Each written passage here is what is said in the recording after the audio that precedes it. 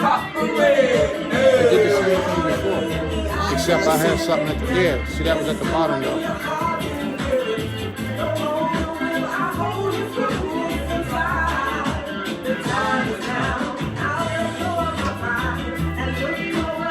See, now it came up that you're learning.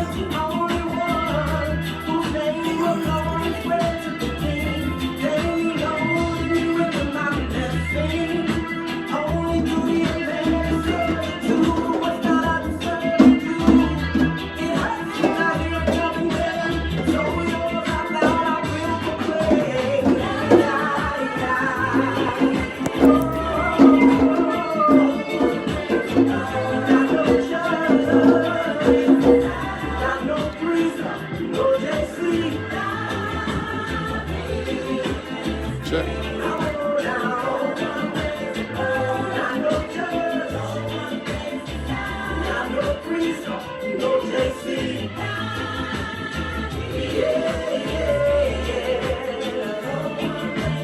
What's up? Y'all ready? After y'all got the first 3 songs. You got the first one? 3 songs. You ready? You ready?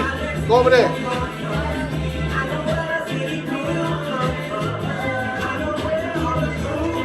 I'm gonna give you some vibes to get hyped up. I'm gonna give you some. This is John Ossoff. And I want to After John Ossoff. Oh. After number 4. Fire for John Ossoff.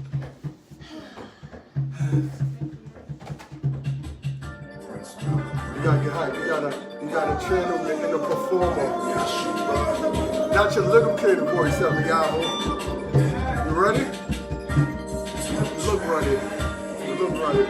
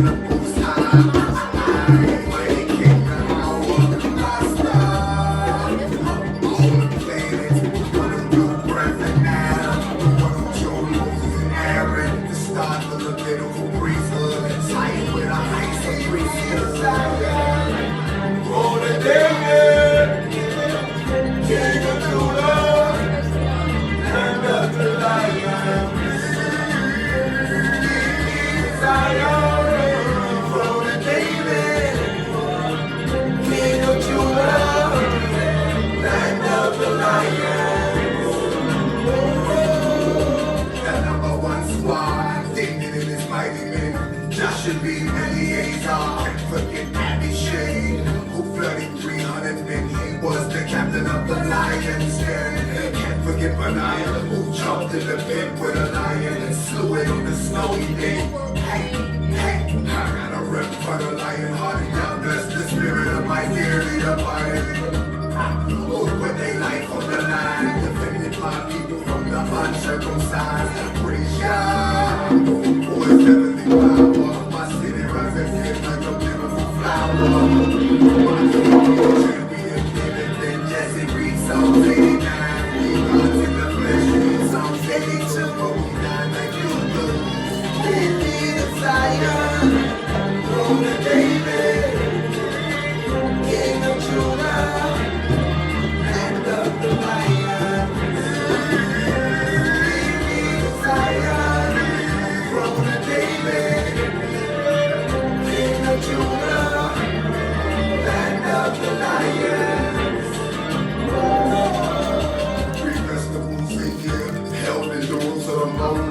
Commanded by the Most High only.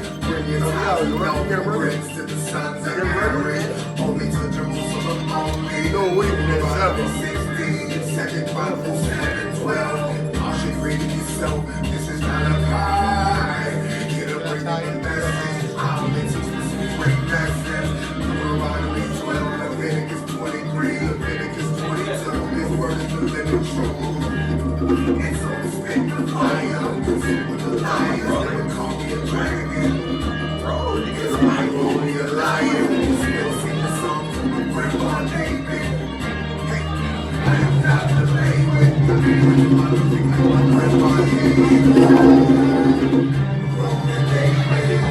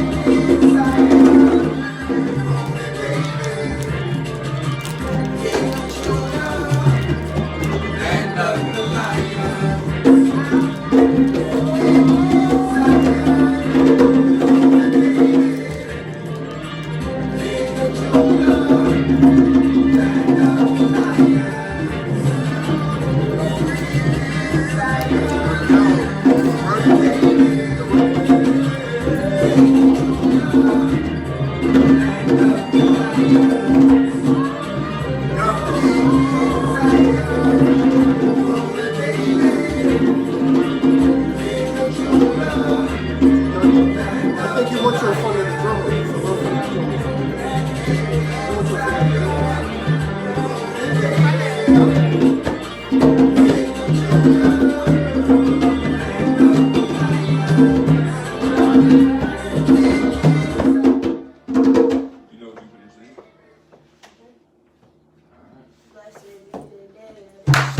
Come on, Eliyahu.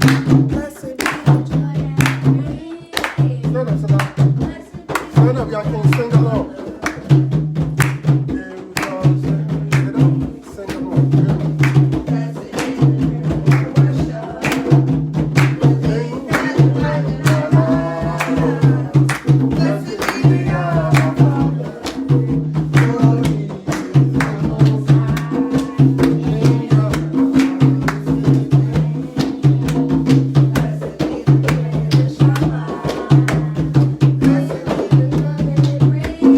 Come on, Eliyahu.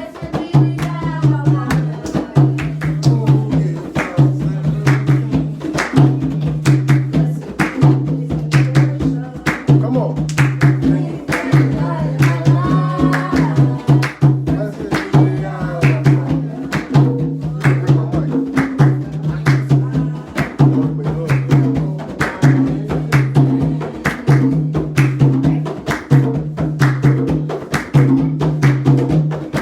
Come on. You know you come closer to the camera, man. Move over this way. Right there. Blow it up, blow it up, blow it up, blow it up.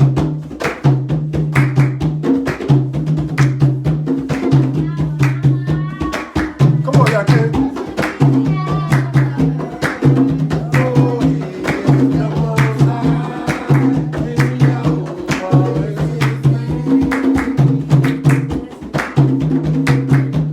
Come on.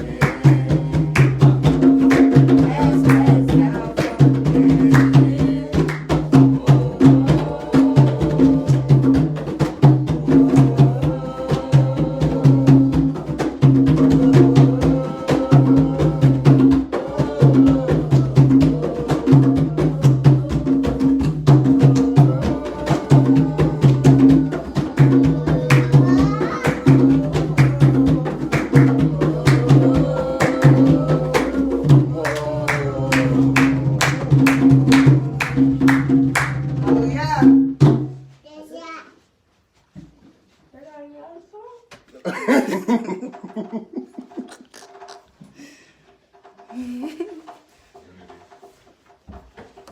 finger spread over here. Come on. Finger spread.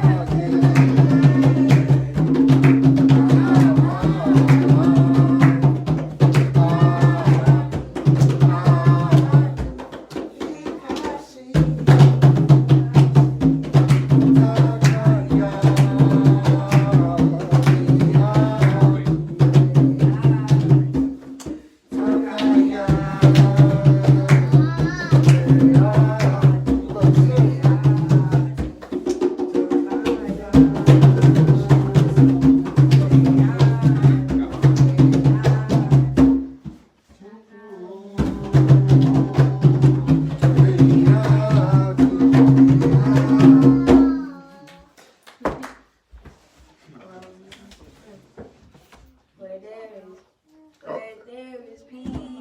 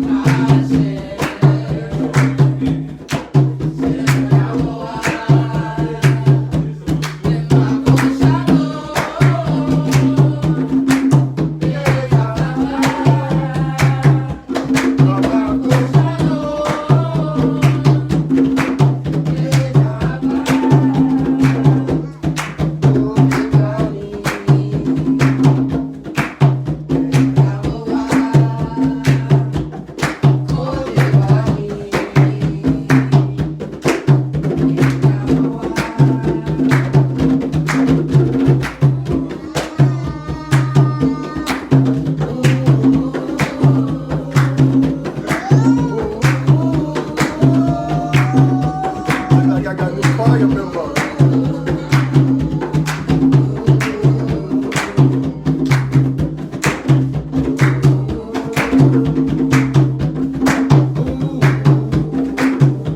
Come on, Abigail.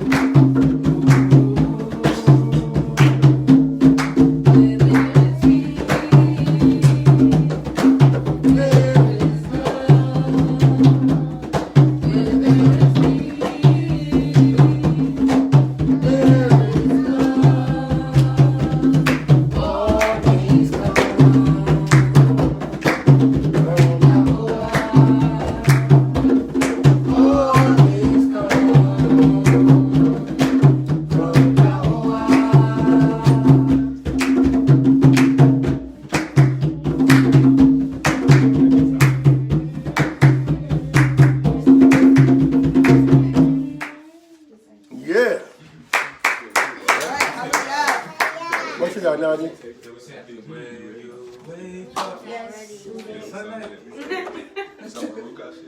Fingers spread. Okay, no, we didn't sing the whole thing. Yes, we did. Fine, okay. Fingers spread.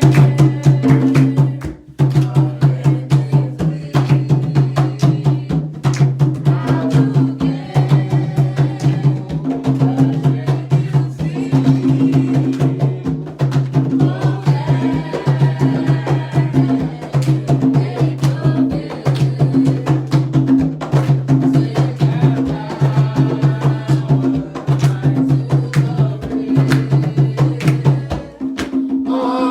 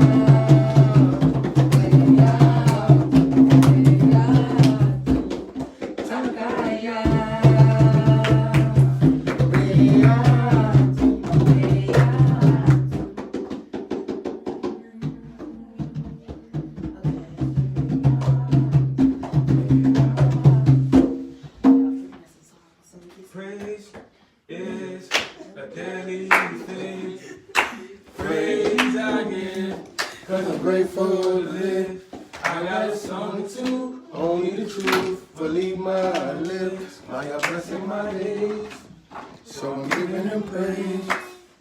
Not promised to wake this morning, but we did. He didn't have to show us grace and mercy, but he did. Knowing you're always with us, there's no better feeling. Praise is my offering, time and time again. Praise is a daily thing. Praise I give, cause I'm grateful to live. I got a song or two, only the truth will leave my lips. I am blessing my days, so I'm giving them praise. Toda El Shaddai, for all of our days. Toda El Shaddai, for guiding our ways. Toda El Shaddai, for all of your love. Toda El Shaddai, Yehovah. Praise is a daily thing. Praise I give, cause I'm grateful to live. I got a song or two, only the truth will leave my lips. My blessing my days, so I'm giving them praise. Not promised to wake this morning, but we did. He didn't have to show us grace and mercy, but he did. No, you're always with us, there's no better feeling. Praise is my offering, time and time again. Praise is a daily thing. Praise I give, cause I'm grateful to live. I got a song or two, only the truth will leave my lips. My blessing my days, so I'm giving them praise. Okay. That's it. Nah, he was my one. I was the two. She was my one. I like that. One more. Teamwork. One more. Love me through my good. Love me through my bad. You love me through my good. You love me through my bad, my bad. You didn't erase my future because of my past. I'm glad you love me through my good and my bad. You love me through my good. You love me through my bad. You love me through my good. You love me through my bad, my bad. You didn't erase my future because of my past. I'm glad you love me through my good and my bad. You love me through my good. You love me through my bad. You love me through my good. You love me through my bad, my bad. You didn't erase my future because of my past. I'm glad you love me through my good and my bad. You keep on loving me. You keep on loving me. You keep on loving me. You keep on loving me. You love me through my good. You love me through my bad. You love me through my good. You love me through my bad, my bad. You didn't erase my future because of my past. I'm glad you love me through my good and my bad.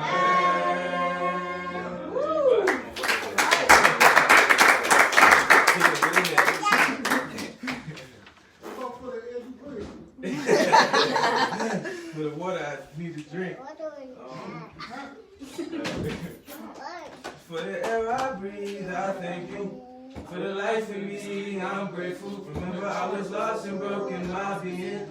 But now my mind is clear and I see you are my light. In the darkness, where I stumble, you pull me right to you. When it's try to break me, how could I be humble? Yahweh, That's a hit. owe everything to you. My my speech and what I do, I aspire to be in tune. Yahweh, I owe everything to you. My thoughts, my speech, and what I do, I aspire to be in tune. No one can ever be who you are, 'cause you are more than we can ever be. You make stars we can't reach, the only perfect one there is. I'm sure I know this. I look around and see your word. I know this, I know this. Yahweh, I owe everything to you. My thoughts, my speech, and what I do, I aspire to be in tune. You better sing, y'all, King. Yahweh, I owe everything to you. My thoughts, my speech, and what I do, I aspire to be in tune. No one can ever be who you are, 'cause you are more than we can ever be. You make stars we can't reach, the only perfect one there is. I'm sure I know this. I look around and see your works. I know this, I know this. Yahweh, I owe everything to you. My thoughts, my speech, and what I do, I aspire to be in tune. You better sing, y'all, King. Yahweh, I owe everything to you. My thoughts, my speech, and what I do, I aspire to be in tune. You next up, you next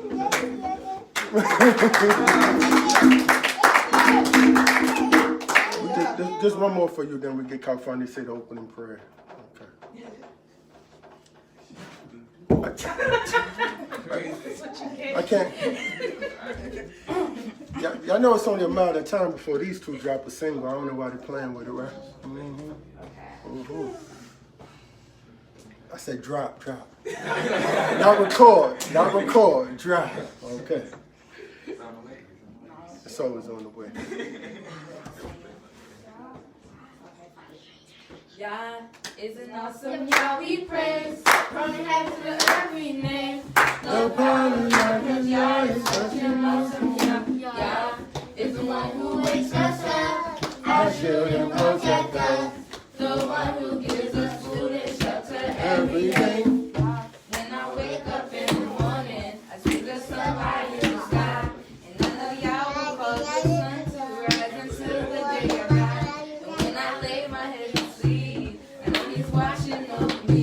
I know He's guiding me because I once was lost, but now I see Yah. It's an awesome Yah we praise. From heaven to earth we name. The power of Yah.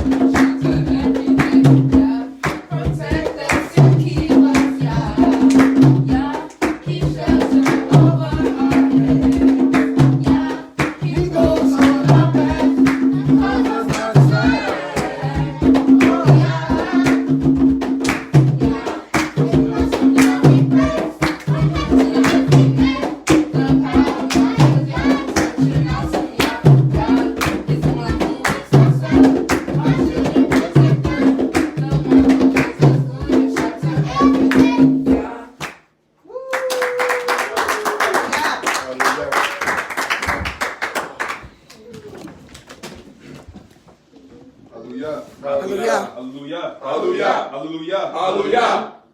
Most High, we want to all thank you for bringing us all here today on another blessed Shabbat. Please, Most High, allow this Shabbat to be a blessing. Allow it to be peaceful. Allow us to learn. Allow us to hear your word. Allow us to walk away with something. Sorry, God, for allowing us to be here, coming to and fro, keeping us safe as we travel to and fro. Please, Most High, continue to bless the vision of Goshen. Bless the works of our hands. Allow us to keep moving forward in righteousness and in your name. Most High, please forgive us for our sins and iniquities that we committed against you and lost His commandments. Allow us to move forward in better actions and better intentions. Most High, I ask you to bless the food that we eat today. And bless the words of the teachers that teach today. Please, Most High, accept our praises that we gave up for. Please, Most High, allow it to be more better. Allow the hearts and the souls of us to be more giving to you and your purpose. So God, for everything you've done for us and given us. Hallelujah. Hallelujah. Hallelujah. Hallelujah. Hallelujah. Hallelujah. Amen. Amen. Hallelujah. Hallelujah. Shabbat shalom. Shabbat shalom. We're going to go right ahead with the Proverbs, right? Brother Mario doing the proverb of the day. I gotta read it. Proverb 26.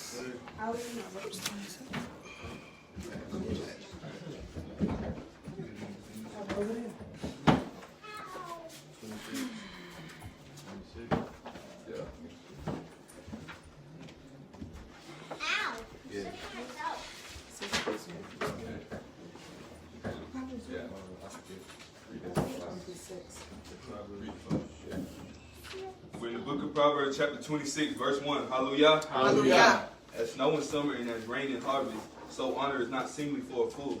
As the bird by wandering, as the swallow by flying, so the curse causeless shall not come. A whip for the horse, a bridle for the ass, and a rod for the fool's back. Answer not a fool according to his folly, lest thou also be like unto him.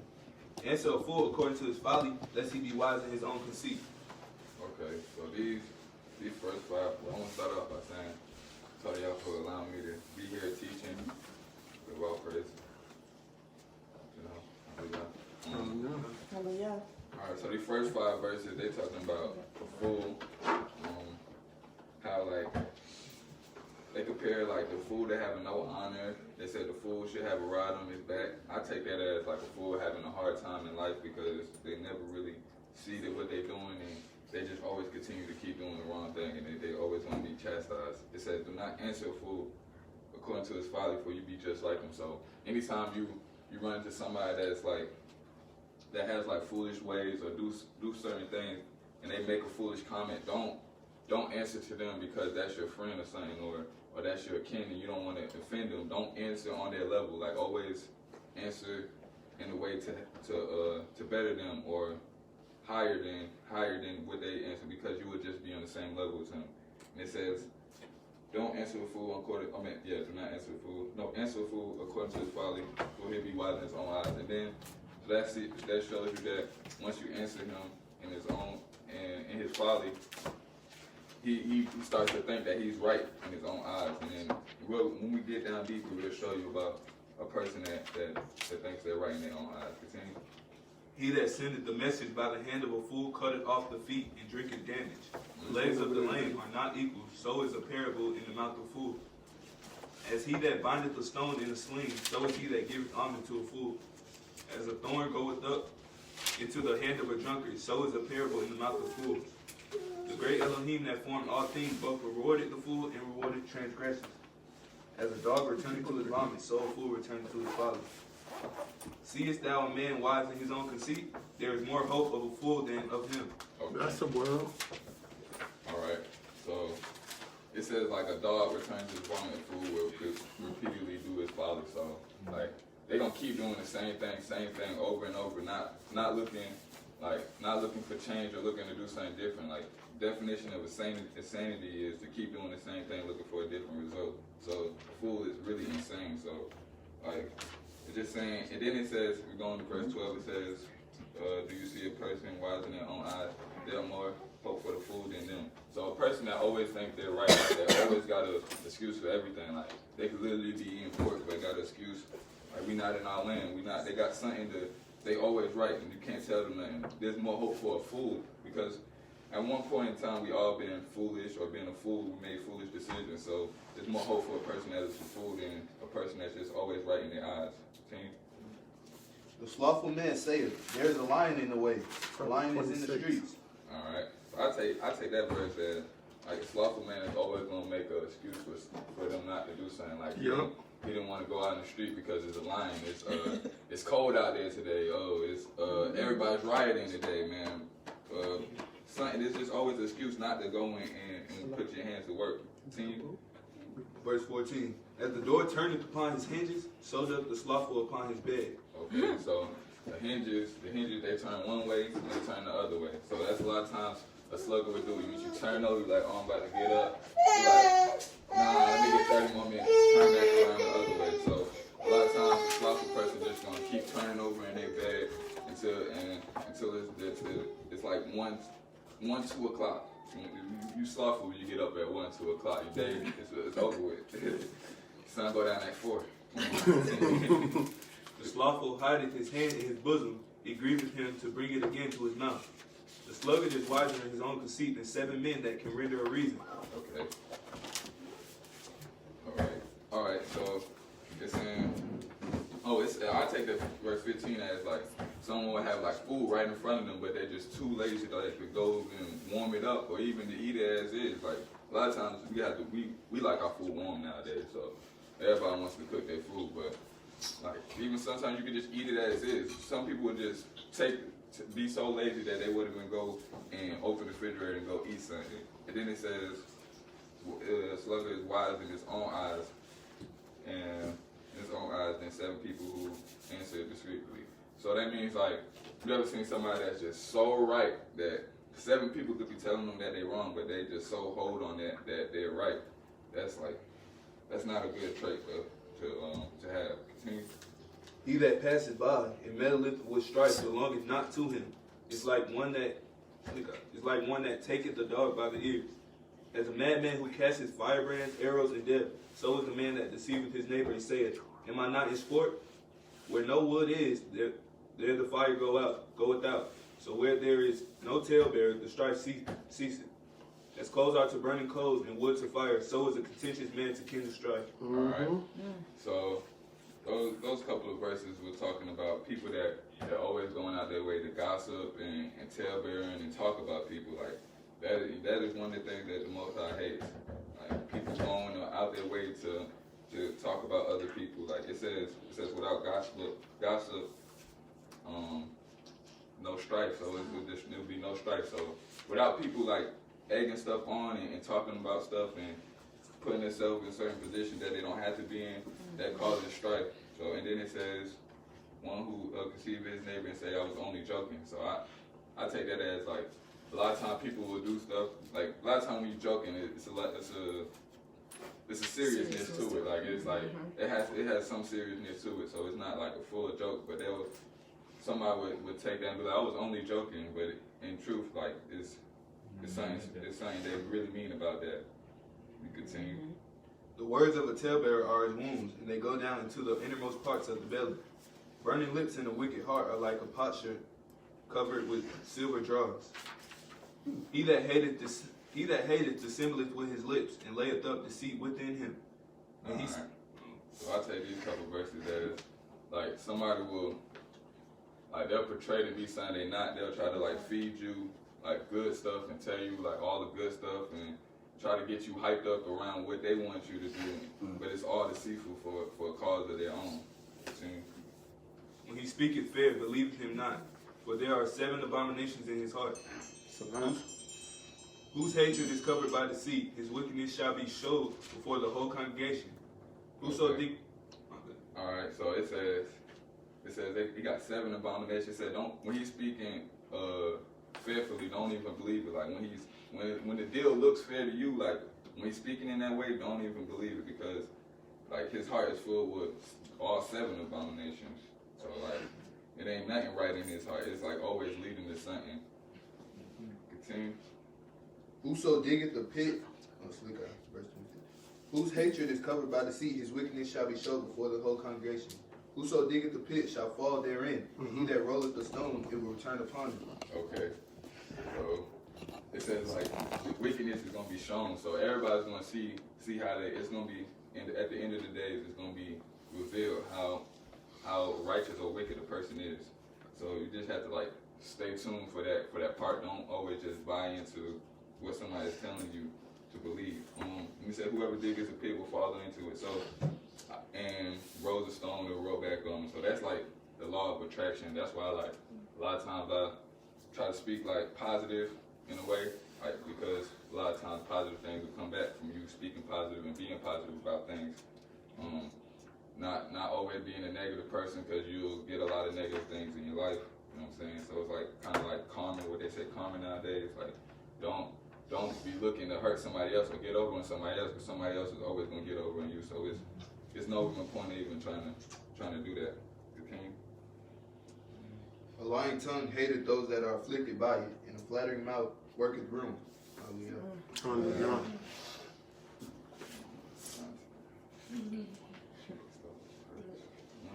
Okay. So it says the lying tongue hates those it hurts. So like The lying tongue hates what? hates those it hurts. That's what your book says? Yeah. That's how mine says. Yeah, he read something different. Well, me, mine says a lying tongue hated those that are afflicted by it. That's good. I like that one. Not that yours is, but yours is not hitting me like that one. But I just take that as like anytime you lie to somebody, like you really don't have no love for that person, or like you trying to always get over on that person, or it's like it's nothing in that person that you see is right. So like you really trying to get over them. And they said a flattering mouth works ruins. Self-defense though. Is it? Hallelujah. Is it? Hallelujah. Hallelujah. Okay, y'all know what we always do? I see Salah's ready. I'm gonna let you go second, so you can get it together. So you know what we always do? We always get 3, 4. Let's see. I think we got a good 5. We're gonna probably go this 4 right here, and Salah, and we see if any of these two got something. I see Gavert right here is going in there. I know she got something deep for us, and you know. Gavert right here always got the profound wisdom for us, so I know they're getting ready. But we're gonna start like with Gavert right here, then Salah, then we're gonna go this way. And then we're gonna see if they got some wisdom for us. Okay, what you got? What you got, Gavert? So at least I had something. So, verse 20. Verse 20. That's your verse, Salah? All right, so you're gonna go after You're gonna piggyback off of me. You're gonna be great. Swan. So verse 20, just as when there is no wood, the fire goes out. So when no one complains, strife is silent. So that means, that means to me. Sorry, I couldn't figure out how to word that. Okay, that means to me, like because in my book it says it takes 2 to argue. And it's like, it's telling you like, don't feed that person that's trying to get something out of you. Like just... Don't give them nothing. They trying to get something out of you. So it's like, it reminded me that if I don't want to argue and I don't want to be in this space, then just ignore that. They need me to, give them something so that they can piggyback off of that and get me angry. They want me to be angry. But if I give them nothing, it's just words. All right, that's a good one. All right, Salah, I'm gonna let you go next because you had something to say about verse 20. Okay, you want to read it again, or you just want to talk about it? 19 and 20 together? Okay, go ahead, read it. Take your mask off so you can read a little louder, right? Then you can put it on. Is the man who deceives his neighbor and says, I'm only joking. Mm-hmm. For lack of wood, the fire goes out, and where is no whisper, and quarreling ceases. Quarreling is like argument. And seasons. Okay. How do you see that? Okay, I'm gonna go with verse 19 first. Like, you can't be like too silly, because if you be too silly, you just start losing your mind. Okay, that's interesting. What else? What else you see for verse 20? For verse 20 says,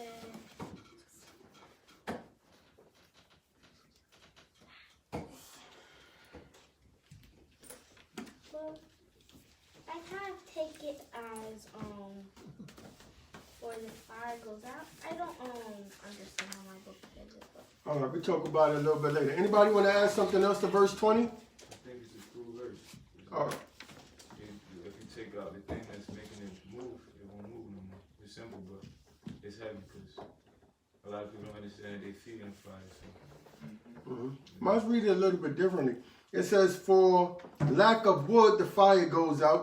That pretty much makes sense. You take out the wood that's burning, the fire's going to go out, right? It says, where there is no whisperer, quarreling ceases. Right? So that means that we have to worry about the kind of person that's always coming to you whispering BS about somebody or something. You know what I typically do if somebody do that now? I'll be like, oh, that's crazy. I'm going to call them on three-way. I'm going to plug them in right now. A lot of times that changed the whole conversation, the whole dynamic, because the person didn't want a resolution. They wanted to get you to feel about that person, how they feel about that person. Try it, I bet you it'll make your whole life different. Somebody call you, be like, yo, that's crazy. This person, I didn't want to say a real life example because we're on live, right? So like, this person did blah, blah, blah, blah, blah. You was like, word, that's crazy. How you feel about that? Blah, blah, blah, blah, blah. You know what? I'm going to add them on three-way right now. That's how it's supposed to. Right? Because once you add them on three-way right now, it's two things can happen. One, if the person meant it and they're being authentic, at least there's an opportunity to resolve it. If the person is just being scandalous, a lot of times you see also their story change. Right? A lot of times you see their story change. So do it, because that'll do two things. One, it'll make that person forced to be more honest. Two, they won't bring their BS to you. That's But right. also, They won't bring it back to you, because they're like, this person will put you on three-way. also, it gives the accused the opportunity to defend himself. Right, that's important too. Okay, who was next? I think it was Nigel, right? Actually, verse 28 was the second part of verse 28. You say, well, the first part says, a lying tongue hated those that are afflicted by it, and a flattering mouth worketh ruin. I think you already touched on a lying tongue, and like basically you hate people that you lie to. But I also think that like the second part was kind of more important to me because a lot of times you'll see somebody doing something, and like I've seen it before, you probably done it before. You see somebody doing something, and you know that it's bad for them, or you know it might not be the best option for them, and you're like, it's almost like enabling somebody or encouraging them to keep going instead of like stopping them from doing it. So, or like you might say something like you're trying to be funny or something like, oh, it sounds good, or something like that. And they probably take it to really mean that it sounds like a good idea when it's really not a good idea. And then they go and burn themselves for something. And yeah, so I think it's important to watch what you encourage, watch what you Support. yeah. That's an interesting one. Anybody else got something they want to add to that? I really took it like a completely different way, but I like your breakdown. I took it a completely different way. When it says, a flattering mouth worketh ruins. Think about that. Who's the type of person that's trying to flatter you?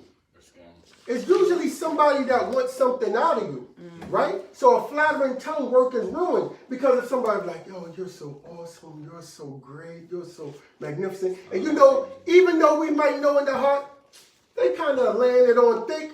What happens? We like it. Yeah.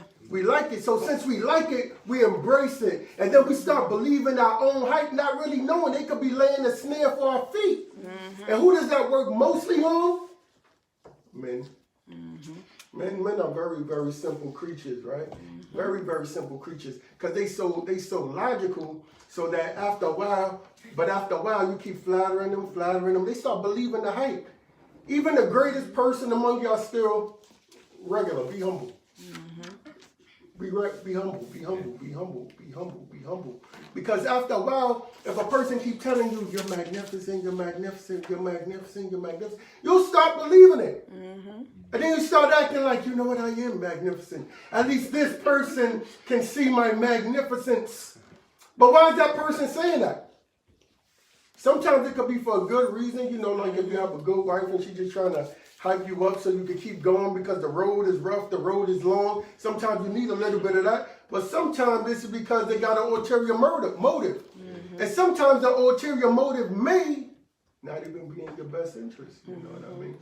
Or it's more in their best interest than yours. So sometimes you gotta use Cautious. wisdom with it. You know what I mean? Use wisdom with it. I know it feels good, but there's a reason everything is being said. Because you know, my father taught me a lot about like the history and Torah and Hebrew and stuff like that. But my mother taught me more about like morals, right? So when her version of life, she taught me. I always say this to y'all. When she taught me about ladies, she came from a lady perspective. Like the ladies are typically the victims and running into bad guys, and the guys manipulating them, taking advantage. So what that means to a young mind of a 17-year-old, oh, that's cool, that's easy. All you got to do, find a nice woman and just be a wonderful guy, and you'll sell off to the sunset. But that's not true. Because believe it or not, for the same things that you are mad, that the typical narrative is that, I'm saying it like this because there's children in the room. Sometimes the same narrative that they have for why men lay it on thick for women because they have a goal in mind. Y'all with me? Right?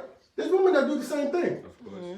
Completely the same thing for the exact purposes. So you imagining the hype, but they just hyping you up and then boom, boom, boom. It's a wham, bam, thank you, sir. Right. And that's their whole goal. And then you kind of feel like, yeah, not realizing that you too could be a victim. So you got to even protect yourself from that. So there's all type of things flattery could get you caught up with. So when you hear a lot of flattery, say thank you, accept it, then do a real internal assessment so that you don't get caught up too much. Amen? I want to say something to that. Yeah, go ahead. Y'all sit up and don't make me tell you again. I'm like a hype man to all my sisters. So or to anybody who does good things. So I'm listening to what you're saying, and I literally just be thinking, I don't know what this person's going through today, but what I have seen them do is amazing. So I always give people credit for things that I see that are amazing that you don't see in a lot of people. Like I have sisters who go out of their way to do certain things behind closed doors and nobody really knows about it. And then you see them going through something. I think it's good to encourage them to keep going, because sometimes people do a lot for other people and they're unappreciated. So I don't think it's a bad thing for people to come and not necessarily like goals are to hype them up, but just show appreciation for all that they do. Yeah, I agree with you. I don't want you to think that I'm saying something different, because it's important to give people credit, because sometimes when a person is doing something, they're doing something good, and they're not necessarily doing it for the credit, but it still feels good to get it. But there's a difference between giving somebody the credit for something they rightfully did and who they rightfully are than flattery. Yeah. It's not the same thing. Flattery is exaggerated and not based in reality. Credit might be slightly exaggerated, but at least it's based in reality. You know what I mean? And sometimes even me, you know, I deliberately do it to the children. They get one right answer on a quiz. I'm like, yo, you a genius. You know what I mean? So it's good because you got to give them that reinforcement. But there's a difference between reinforcement, credit, and flattery. You know what I mean? It's a thin line. Okay, who's next? You are me? I think, no, we're going this way. Alright, I did verse 4 and 5. It says, answer not a fool according to his folly. Let's not also be like unto him. Answer not a fool according to his folly. Let's not. He be wise in his own conceit. You put a not in verse 5, but it's not there. Oh, lest he be wise in his own conceit.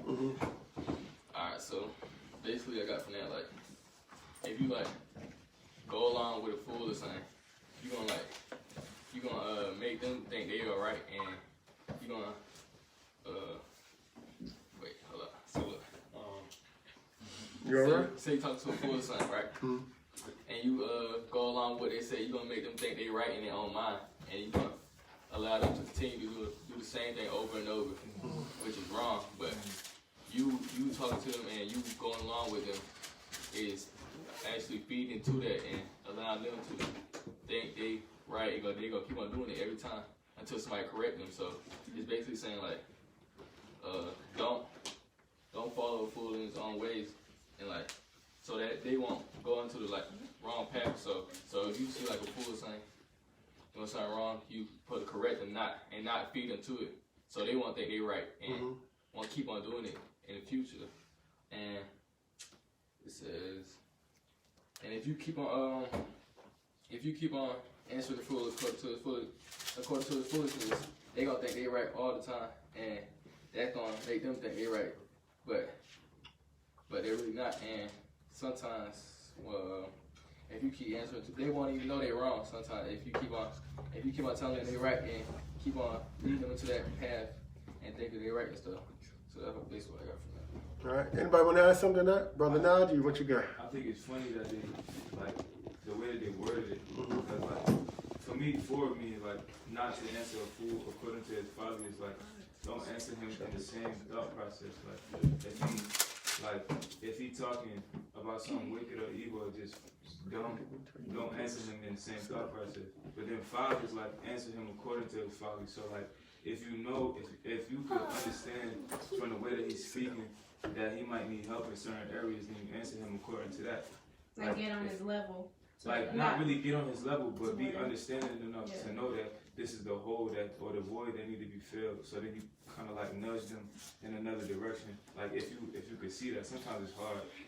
People just talk crazy sometimes, but like if you could see that he need help somewhere, be smart enough to like, well, what you think about this? Or like, you feel like you know what I'm saying? You feel like you get into your go that way or whatever. Like, but you gotta be able to see that. A lot of times it's not easy to see.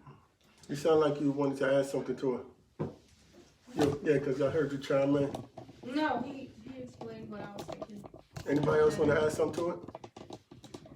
I kind of took it. I like Najee's point. You know, that's why it's good to do this, because when you're doing a proverb, it's not really a wrong or a right thing, because everybody has their own perspective. So you're going to bring your perspective to it, so you can still gain wisdom, even when the children do it, right? But I took it kind of like it says, answer not a fool according to his folly, lest you be like unto him. And then it says, answer a fool according to his folly, lest he be wise in his own eyes. But they put the verses back to back. So me, I kind of took it like it was a lesson about balance. You know what I mean? It's like, for example, if somebody is talking something blatantly stupid, you have to decide whether or not you're going to respond to their stupidity for the purpose of either helping them have a better perspective, or you're just going to ignore them because there's no helping them. Right? So it's like a weird balance. You can find yourself in both situations. You ever hear somebody saying something so foolish and you think to yourself, all right, is this even worth having this conversation? Yes. That's you deciding whether or not you're going to answer that fool according to his folly. But it's weirder when it's somebody that you know to be intelligent or you think to be wise, and they saying something that's a little bit off.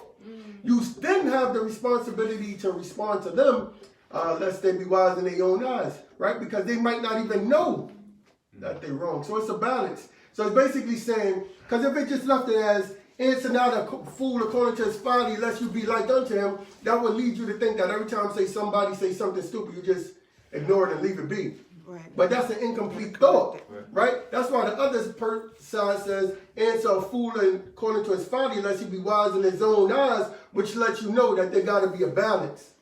Because in everything, there got to be a balance, right? You got to, what it says in Ecclesiastes, hold on to one thing without letting go of the other. That's right. Okay, who was next? I think that was Kalfani.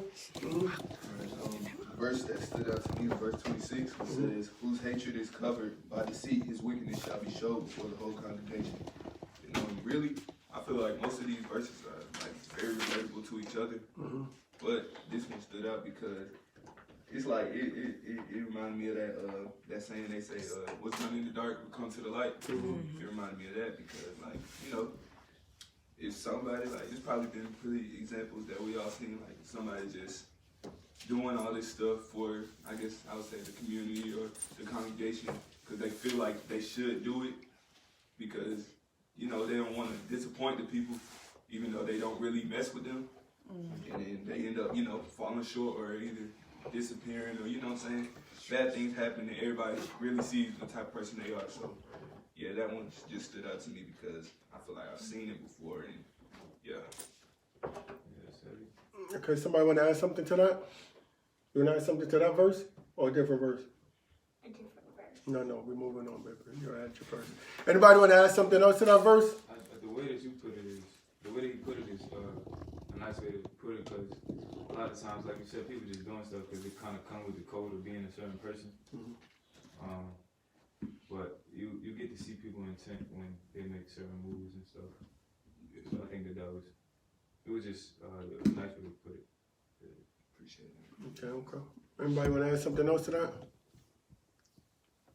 I know, Sister Kayela, you got your verse ready? What's in your mind? Yeah, it's like so very similar to everybody. That's good. I mean, that's a theme for the day. What you got? What verse do you have? You skipped down? No, he did the whole thing. Y'all can't got no verse ready. You said his book is closed. Okay. What verse? 27.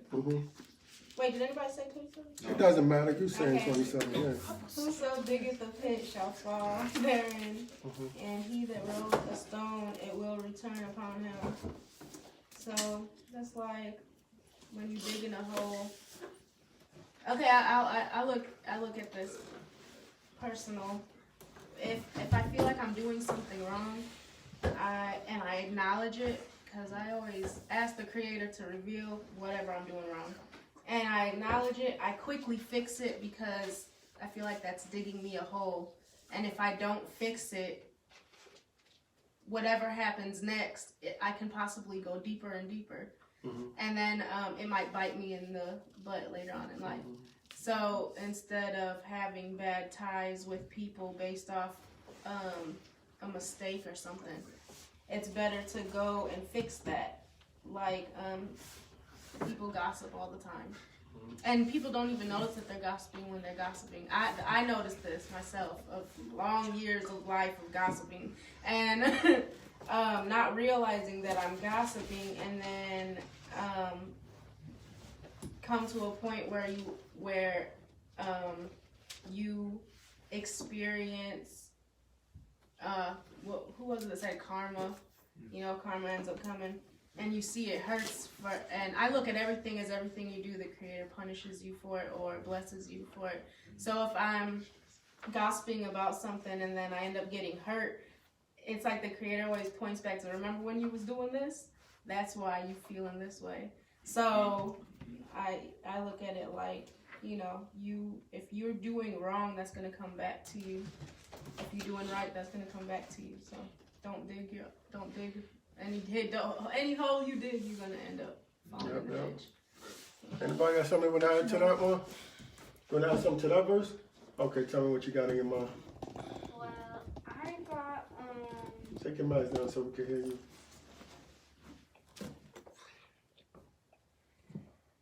like, if you do evil, you're just gonna start digging yourself a pit.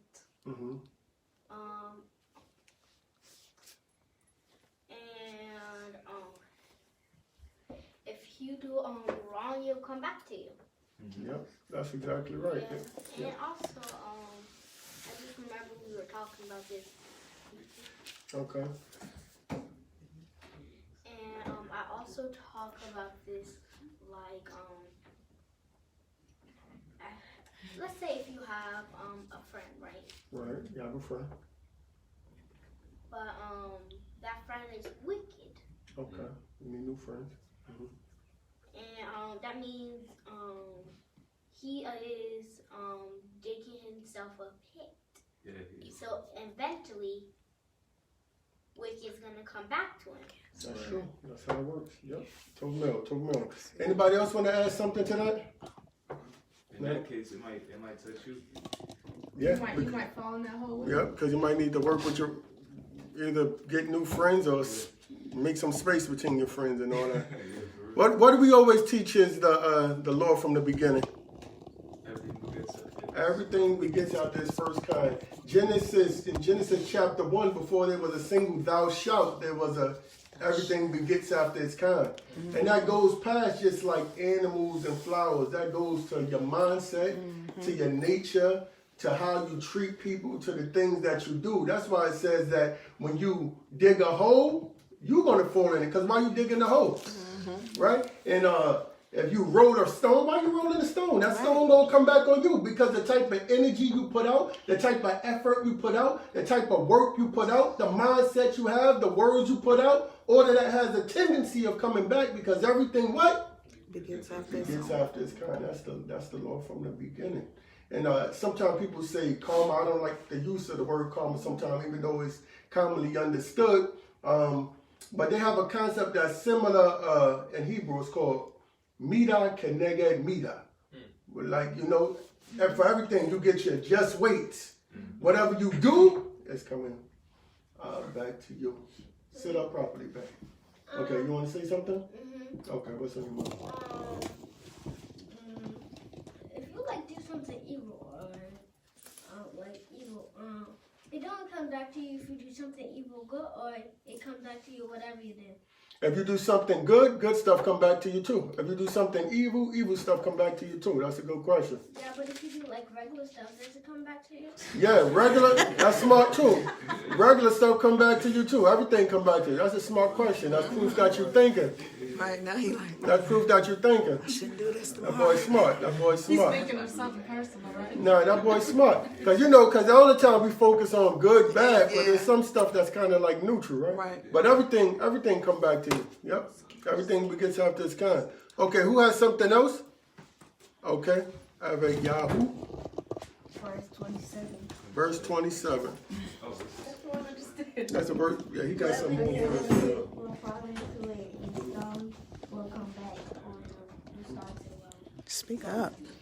I mean, like, you know, if you build something to somebody, like, it's gonna, some way it's gonna come back into, like, if you hit somebody on purpose, or if you, like, do something on purpose that, you know, you wasn't supposed to do, it's gonna come back on you somehow. That's good. That's good. That is very good. That's a good segue to your mama, because I know your mama got the very next verse. What you got there? Okay. Well, I actually had picked 27. Okay, everybody I'm has not 27. gonna do it. Okay, what's 20? So actually, I wanted to go into verse 11. Verse 11. And so it says, as a dog that returneth to his vomit, so is a fool that repeateth his folly. So we know that, I mean, dogs can, I wouldn't say like naturally dogs eat their vomit, but that just shows you something's wrong with that dog if it's eating its vomit. And so it's the same as, so is a fool that repeated his folly. That means that fool is not learning from anything. It's just that person rather is just continuously walking in the same foolish path and basically eating his vomit. It was like you're doing something foolish, and then somebody may say something to you about it, but then you go back and do it again. So it's like you don't have people around you that are helping you to become a better person, or two, you like to remain in that state. So you just keep repeating the same thing, and basically it's vomit. It's the same, and when we look at vomit is just regurgitated words or your food coming out of you because what's inside of you is not good. Everybody got something they want to add to that? Yes. Okay, everybody likes that one. All right. What y'all got in your mind? Okay, when she said something that must be wrong with that dog, a lot of times dogs will eat their own vomit when they're starving. So like when you look at it like with somebody who's doing foolish things, and she said maybe they don't have the people around them to keep them accountable, encourage them. So that person is like starving for some kind of fulfillment that they're getting out of being negative. So like I'll use myself as an example again. So because I'm not perfect. So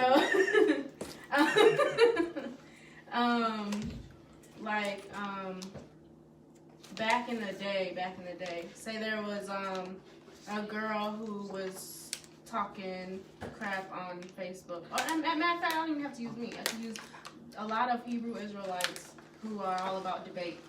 So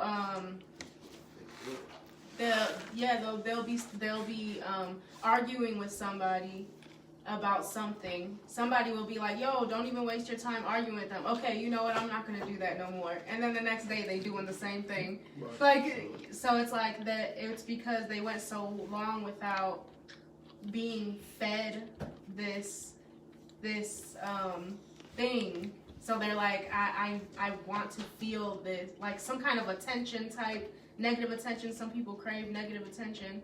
So it's like, I'm not getting any type of attention or negative attention, so let me go keep on doing the same thing over and over. All right, that's a good one. Anybody, King, you got something you want to add to that?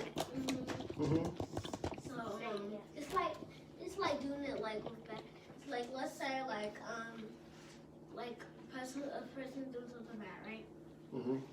And then another person correct them. They're like, okay, and they act like they understand it. But and they just go back to doing whatever they were doing. Right. Yeah, that's a good one. Anybody got something else they want to add to that? That's a fool.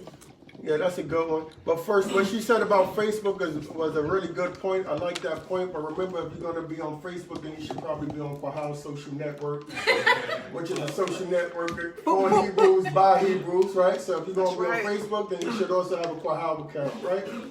That's just culture, right? And it's okay. Another thing, I like that metaphor because if you visualize it, first of all, it's disgusting. All right? Imagine a dog throw up. And you look at it, that's disgusting. That's dog throw up. Then you see the dog go and lick the throw up. You're thinking to yourself, this dog is disgusting.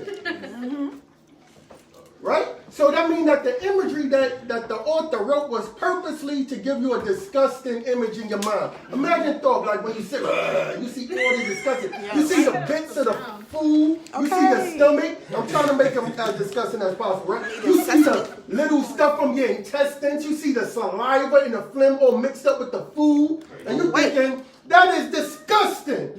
And then your dog, you know, whatever stuff come out of your intestines. And you see, and he just eats it up. And then feels good about what they did. And look at what the metaphor is really saying. It's saying a foolish person, y'all listen to me? It's saying that a foolish person that was a foolish person turns away from that and returns to his foolishness. It's just like that dog. Right. Disgusting. Disgusting. Because think about what vomit is. Vomit is something that went into your body. Your body said, no, this is no good for me. Exactly. I'm rejecting all of this. And then when it came out, it's filthy and it's full of the same disgustingness. The whole clumps are partially eating food and vomit and whatever and snot. What else is in it?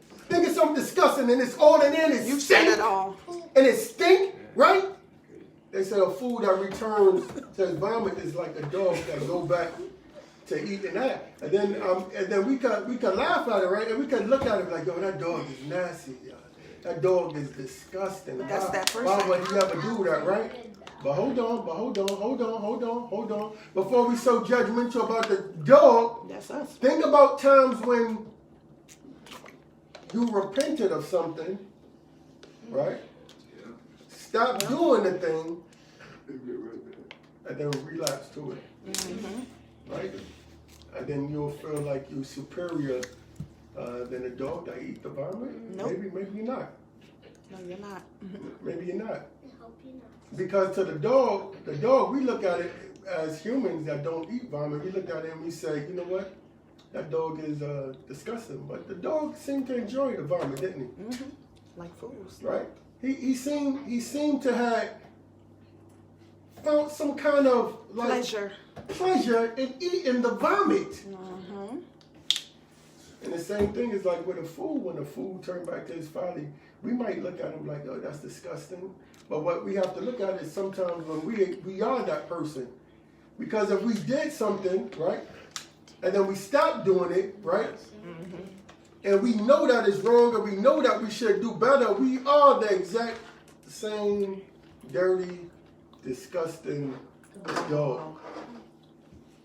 Right, so that's how I took that one. Anybody else got anything? Yep, I like that because you're a genius. Okay, so now for the lesson for the day, Goes that encouragement. and we can get him out his seat and ready for a good lesson. Hallelujah! Bring up my brother, Prince Tez, to do a portion. All right. That battery might not last you. All right, you gonna come in that way? Are you gonna stand that way? What's your percentage you want? What percentage you want? I got a long It's hard to tell unless you, I got a long I'm call on for you. 51%. I got a long call for you. I need a reader. Can you get a reader? Not for your phone, man. But you gotta read. You gotta come over here so you can be close to the mic. Yeah. I got his seat up. And this is where I want you to start. Yeah. Shabbat shalom, family.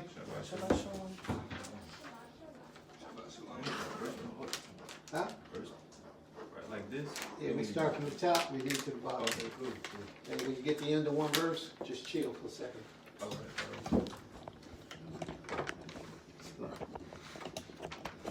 It's gonna be fun.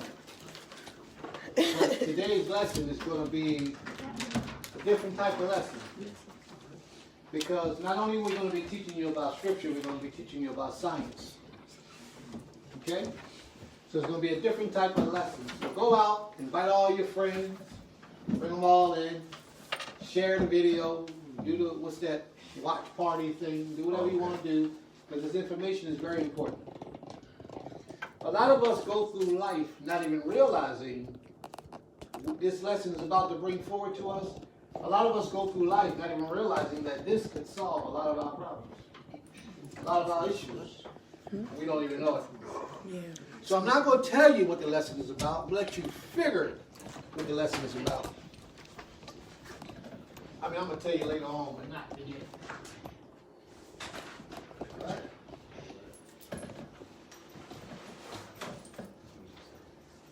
That's going to be too far away.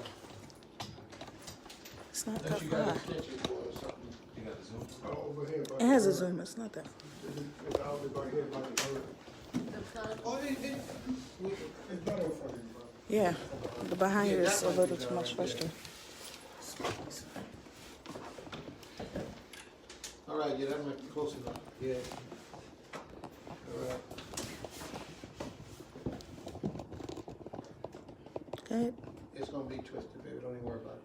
How you look in the camera though? It's a little up, it's also delayed. It's a good spot. It's Yeah. just a little, Is it twisted or is it straight? a Straight, little right? straight All right, out, then look straight at out. Yeah, I straightened the camera. No, Here you go. that be looking, okay. I got it. All right, It looks better now. all right, gotcha. Turn it down.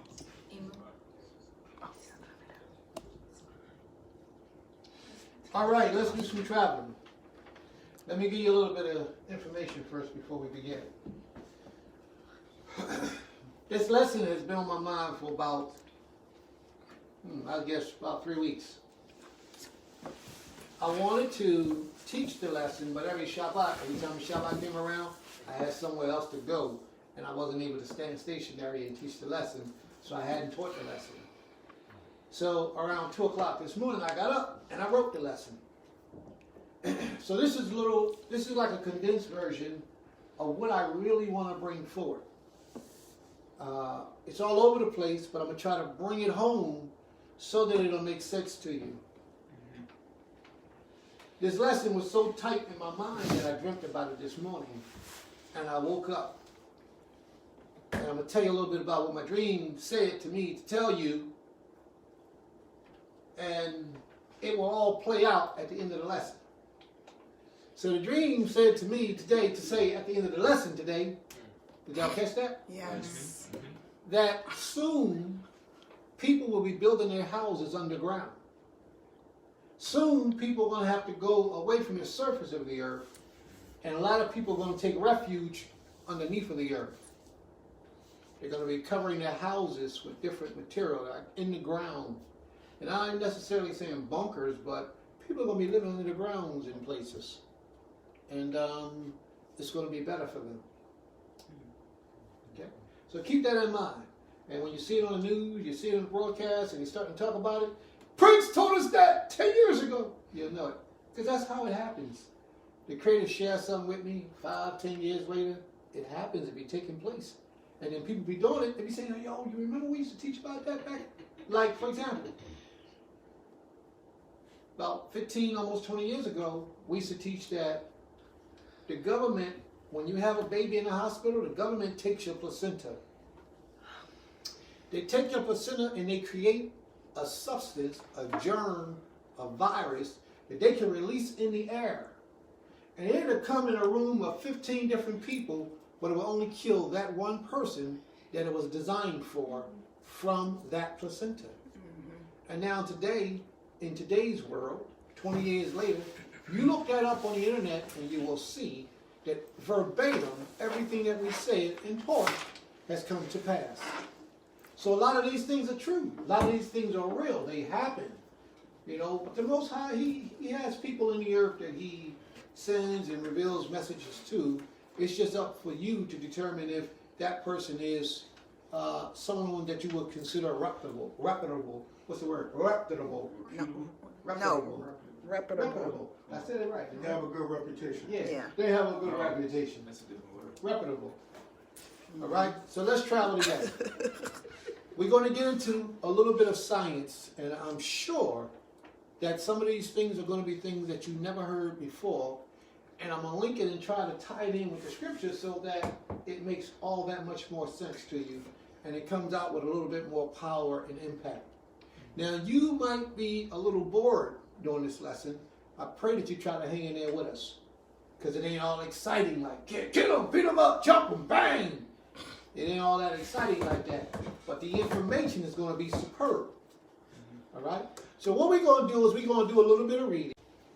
And then after we do the verses, after each verse, I'm going to explain a little bit of information.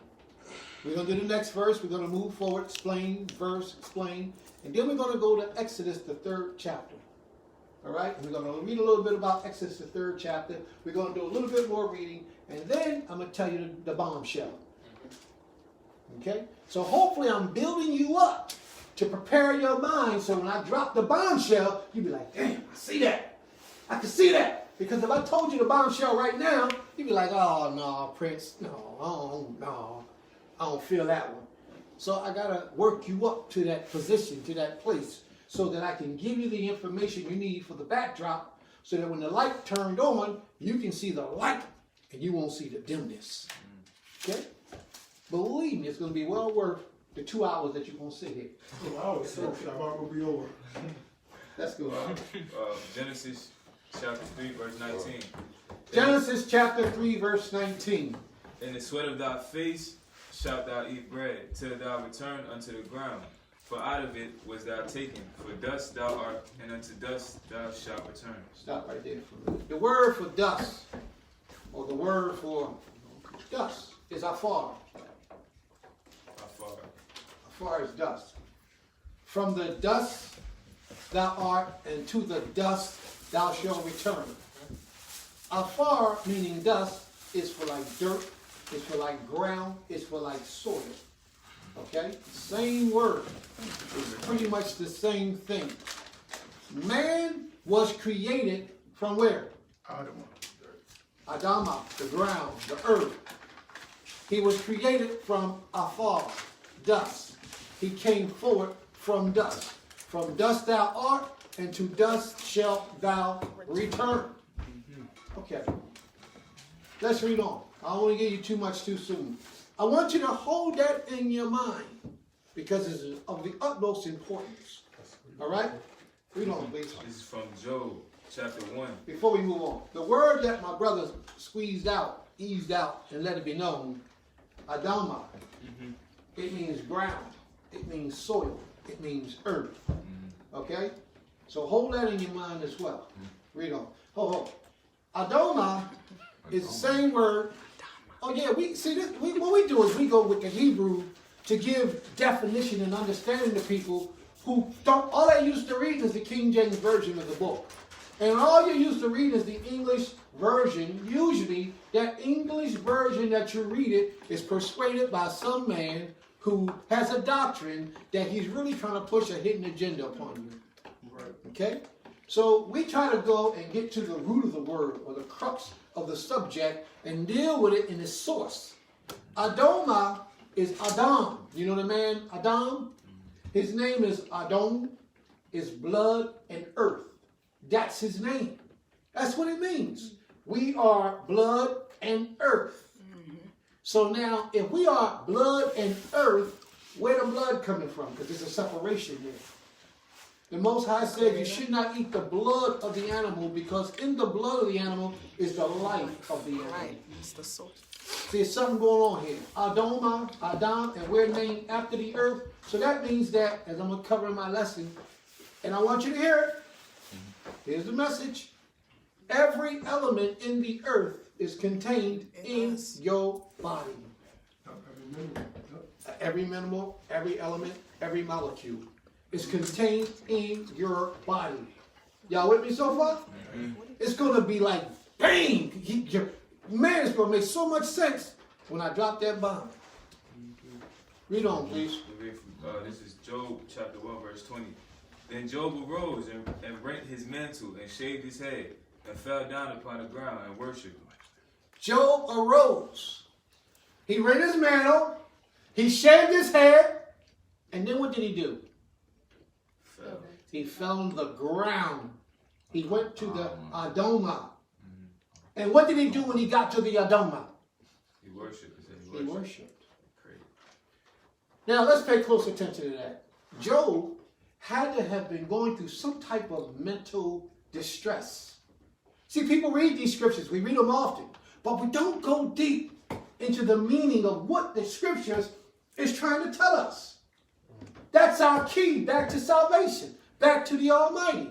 Job was being stressed out of his mind. He was going crazy. And he came to the realization that he didn't want to be sick no more. He didn't want to suffer no more. He didn't want to feel this pain no more. So what did Job do? He shaved his head. What else he do? He rented his clothes, and then he did what? Shave. He shaved first. He rented his clothes. Well, anyway, he rented his clothes, he shaved, and then the last thing that he did was what? He gave it up to the Most High. But why didn't Job just stand up and say, Yotzer, I'm here, Yotzer, help me, teach me, show me the way? He humbled himself. He humbled himself. He did. But why did he go down to the ground? Job didn't go down to the concrete. He didn't go down to the carpet. He went down to the earth. He went down to the ground. Something going on here. Read on, please. Lamentations chapter 2, verse 10. The elders of the daughters of Zion sit upon the ground and keep silence.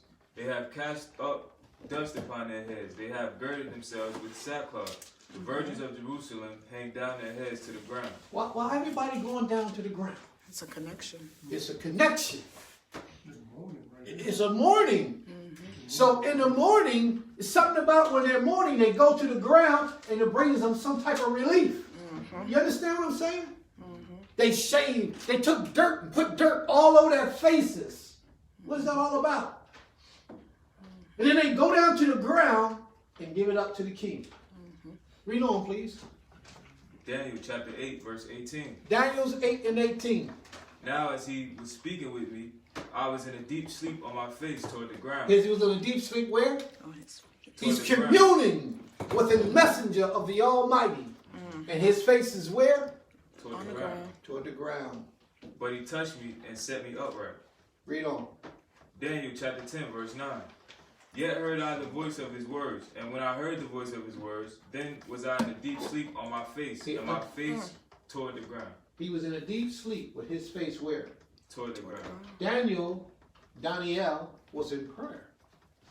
His prayer was so intense, which shows another sign of agony, of intense concentration. You know what I mean? Okay. In this intense concentration, where was his face? It was the ground. In the ground. I hope y'all understanding what's being brought forward. The portions that you can, even before I drop the bomb. Read on. Daniel chapter 10, verse 15. And when he had spoken such words unto me, I set my face toward the ground, and I became dumb. He became what? Dumb. He shut up. He shut his mouth.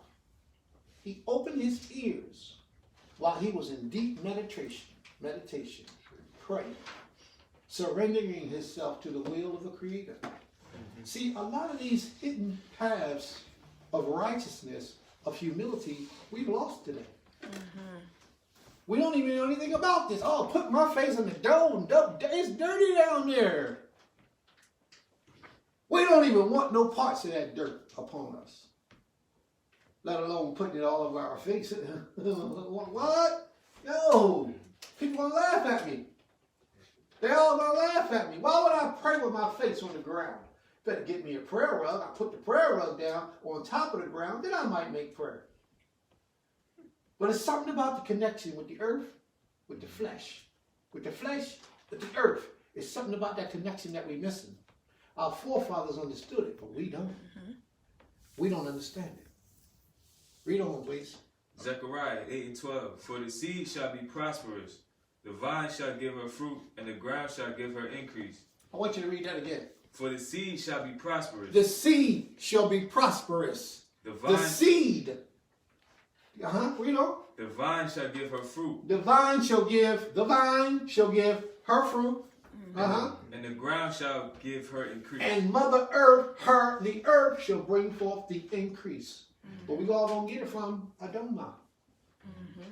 You can't properly, the vine can't properly reach her if the vine doesn't have the proper nutrients that it needs to reach her. Some people have what they call what's that thing when you get that needle because your sugar is all low, or your body is not processing it correctly. Diabetes is a sickness, is a form of a sickness. And some people with diabetes, I don't know what type it is, but with some people with diabetes can't produce children. The chances of them producing children is like 20 to 80% no, 20% yes. It's a very bad situation.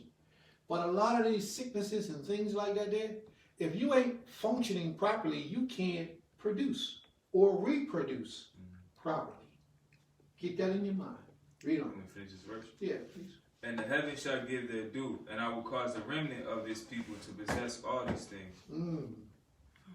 Read on, please. Genesis 3:14.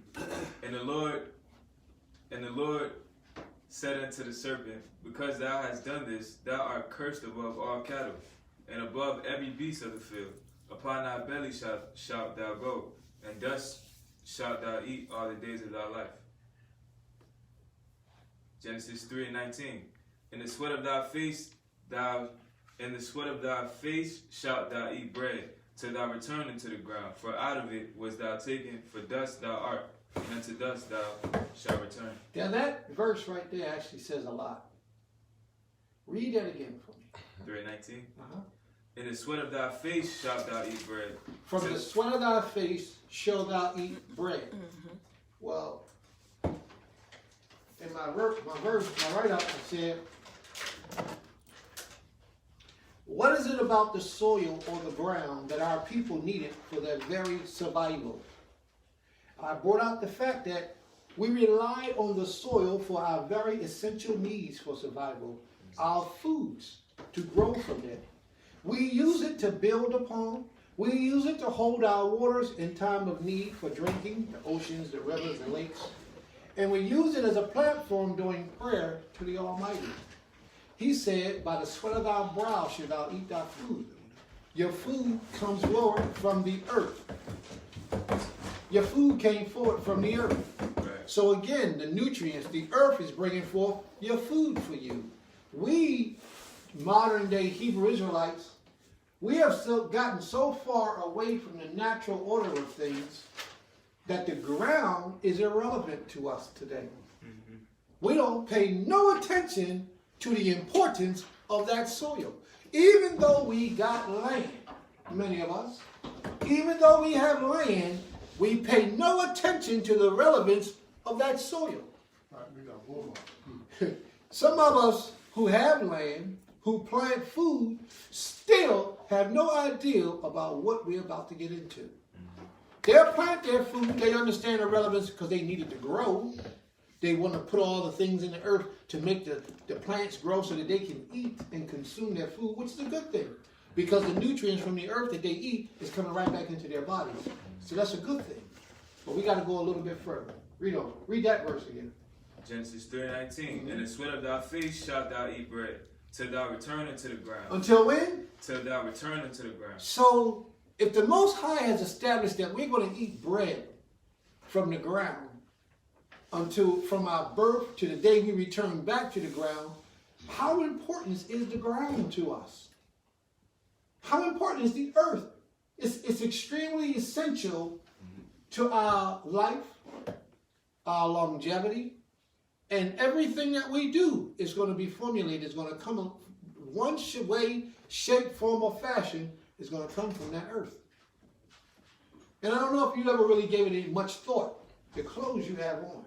Everything that you have in your life, everything that you see comes from the earth, from the ground. One way, shape, or form or another, even you come from the ground. Are we on the same page so far? Okay. All right. Move on, please. Exodus 3:5. And he said, draw not nigh hither, put off thy shoes from off of thy feet. Exodus 3:5. Turn there, please, everybody. What's the verse after that? It's the verse after Deuteronomy. Deuteronomy, read it, please. Deuteronomy 33:25. Thy shoes shall be iron and brass. Thy shoes, shalom, shalom. Thy shoes shall be iron and brass. Read on. And as thy days, so shall thy strength be. Thy shoes shall be what? Iron and brass. Wow. Shalom, Hakeem. What that say again? Thy shoes shall be what? Iron and brass. Thy shoes shall be iron and brass. Does that mean anything to anybody so far? With all this stuff we just got finished talking about? Thy shoes shall be iron and brass. What does that mean to anybody? Does that click anything in your head? It's not going off yet. It's like me. It's Huh? That's what's that, like, rough material? I guess. Rough material? Our own It's feet. hard. Our own feet? Okay, 3 or 5. What's this? What's Those are this? Deuteronomy. Those are minerals. 20 the riddle. Is it a riddle? 33. No, it ain't a riddle. Deuteronomy. I know brass is a lot of people. Hold up. Who said that? Who said that? What you said? What conducts energy? Right. You said that? What you said? Say what you said. I thought you was great dry something. What conducts energy? I like iron and brass. Iron and brass? All Alright, I want you to hold on to that, alright? No. Yes. Something's going on with you. I know I sent the right person the right book. Hold on to that. That's you got something there. Alright? Let's rock, y'all. Y'all ready? Yeah, that's it. Alright, read that last verse again. Thy shoes shall be iron and brass, and as thy days, so shall thy strength be. Think about this for a minute. If your shoes are iron and brass, and as thy days, so shall thy strength be. Iron and brass shoes is going to bring about a strength. How is that? Okay. Let's go. Exodus, the 3rd chapter. That's it. It might read a little different. I mean, start from verse 1. I'm not talking to you, Siri. Chapter 3. What? Chapter what? Chapter 3. What? Exodus chapter 3, verse 5. And he said, draw not nigh hither, put off thy shoes from off of thy feet. And the Most High is speaking to Moshe. Moshe just comes into the Mount Horeb. He walks up into Mount Horeb. Because he was down below, he saw, where you at, verse 1? I'm in 5. No, I want you to start at verse 1. What's up? And what happened is he saw a burning bush on fire. Okay? So he walks up. This Exodus, the 3rd chapter, is a completely, totally different lesson. But I'm not going to touch on the strength of that lesson. I'm going to real put emphasis on the 5th verse. Because the 5th verse applies to my lesson today. But at another time, we're going to have that journey. We're going to talk about Exodus, the 3rd chapter. All right? Maybe lunchtime? Okay, maybe so. Read on. Let's see where we at. Exodus 3, verse 1. Now Moses kept the flock of Jethro, his father-in-law, the priest of Midian. And he led the flock to the backside of the desert, and came to the mountain of the Creator, even to Horeb. And the angel of the Lord appeared unto him in a flame of fire out of the midst of a bush. Now let's stop right there for a second. It says, and the angel of, for those who are fluent in this Hebrew language, Ha Elohim. The angel of Ha Elohim. The angel of Ha Elohim. Look it up, research it, see what it's talking about. The angel of Ha Elohim appeared unto Moshe in the form of Aish, in the form of fire. And the bush appeared to burn, but it wasn't consumed. Oh man, that's deep. That's some deep stuff. Read on, please. And he looked, and behold, the bush burned with fire, and the bush was not consumed. And Moses said, I will now turn aside and see this great sight. Moses said, I'm going to be newsy. I'm going to be a black man. I'm going to go look and check it out. Read on. Why the bush is not burnt? Why this bush ain't being consumed? And It should have been burned up, but it ain't been burnt up. I've been standing down here for 15 minutes looking at that little bush on fire, but it ain't going nowhere. Read on. And when the Lord saw that he turned aside to see, he called unto him out of the midst of the bush and said, Moses. When Ha Moses. Elohim saw that Moshe turned aside to see, because he was trying to get his attention, he called to him out of the bush. Well, I thought the angel was in the bush. Oh boy, I tell you. Y'all, Gary, go somewhere with this lesson. I thought this said that the angel was in the bush. So why the Most High calling to him out of the bush if the angel's in? So the angel should be calling to him out of the bush, right? Is that right? The angel did call him out the bush. The Most High is calling to him out of the bush. It said the Most High saw and the angel called. Oh, so who saw and who called? The Most High saw. By Yah Elohim, Elohim saw. Why Yikra Elau Elohim. Why Yah Yahweh. So that's Why Yahweh saw. Yiklau. Why Yikra Elau Elohim. Elohim And he saw. called. Why Yiklau. Why Yikra Elau Elohim. Uh-huh. And Elohim called on. Okay, that's what I thought. Elohim called. You see that? So if the angel's in the bush, why Elohim calling? Maybe Elohim just used the angel as a voice. Exactly. And so many people, the messenger is getting confused with the person who sent the messenger. And we get stuck with our attention on the messenger and we begin to worship him. Well, what you say? Keep going. And then we want everybody else to agree with us that that messenger is worthy of praise. So every time we message or we reference the one who sent the messenger, we got to tie the messenger right next to him. And that's an abomination. Yeah. That's a form of idolatry. Idolatry. We are to worship the Creator and not the creation. That's right.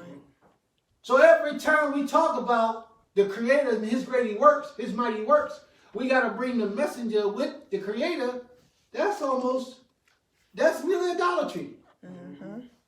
The Most High stands alone. He and He alone is worthy of praise. Hallelujah. I'm going to leave that alone because I don't want to insult anyone's intelligence on this Shabbat day. So let's read on. And he said, Here I am, here am I. And he said, Draw not nigh hither, put off thy shoes from off thy feet. He said, ho, ho, ho, ho, ho, ho. You coming up? Hold up, Art. He said, don't come up here too much more. Take your shoes off your feet. Why? Don't tell me. Why did he take shoes off his feet?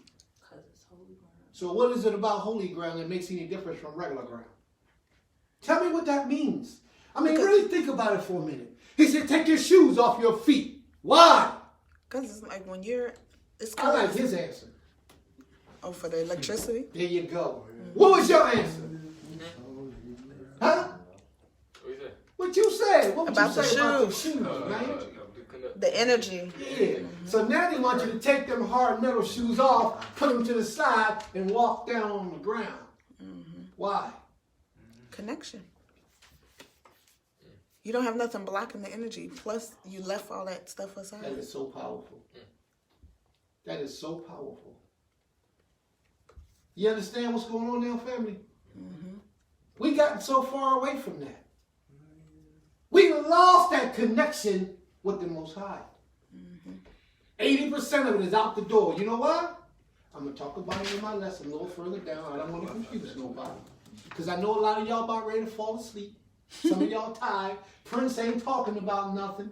Man, I'm talking about something that's going to bring you salvation. If you listen. Real salvation. All you got to do is pay attention.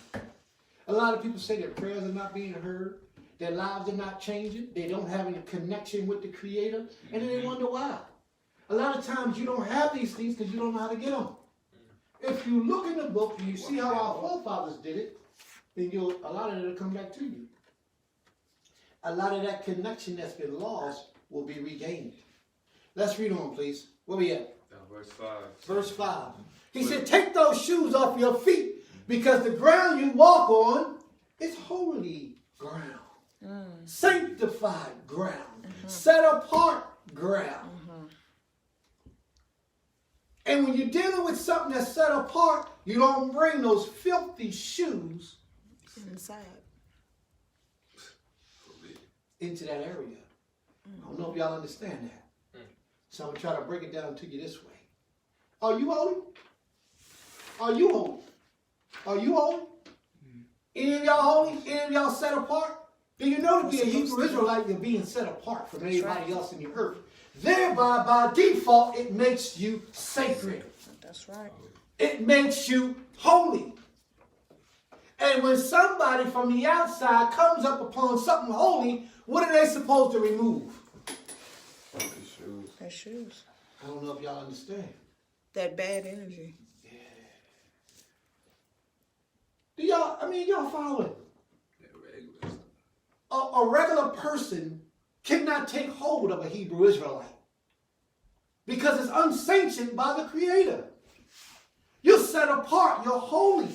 You have a greater, higher purpose and meaning and calling than the average person in the earth.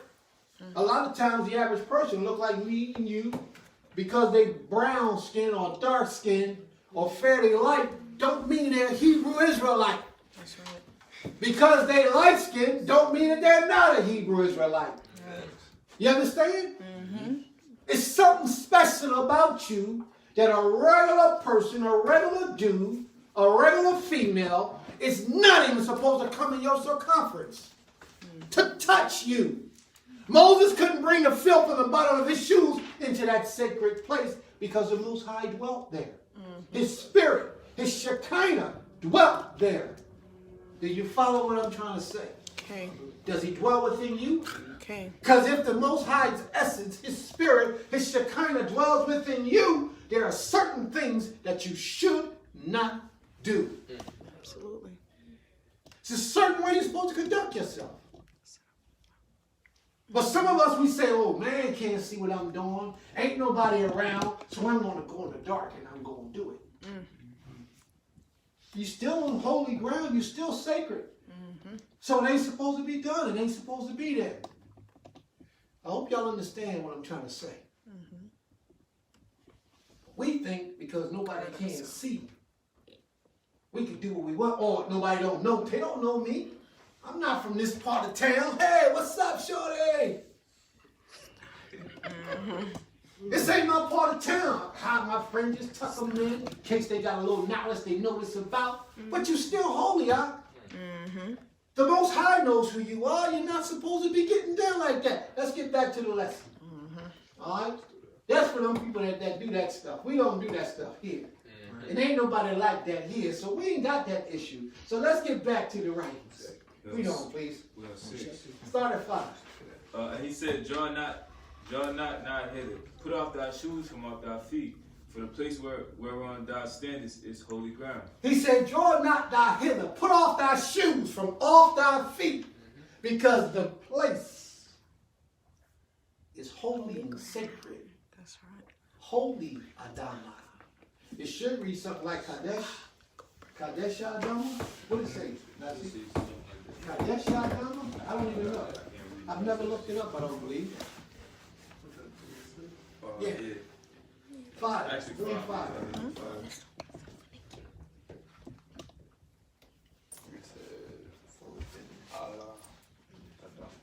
Go ahead, young brothers. Y'all got that Greek? What does it say? said I love him. Kodesh. Allow? No, that's come up. That's come up. Kodesh. Adonai Kodesh. Knew something like that. Yeah. Adonai Kodesh. Sacred ground. All right, let's read on, please. Moreover, he said, I am the God of thy father, the God of Abraham, the God of Isaac, and the God of Jacob. And Moses hid his face, for he was afraid to look upon God. Stop right there, please.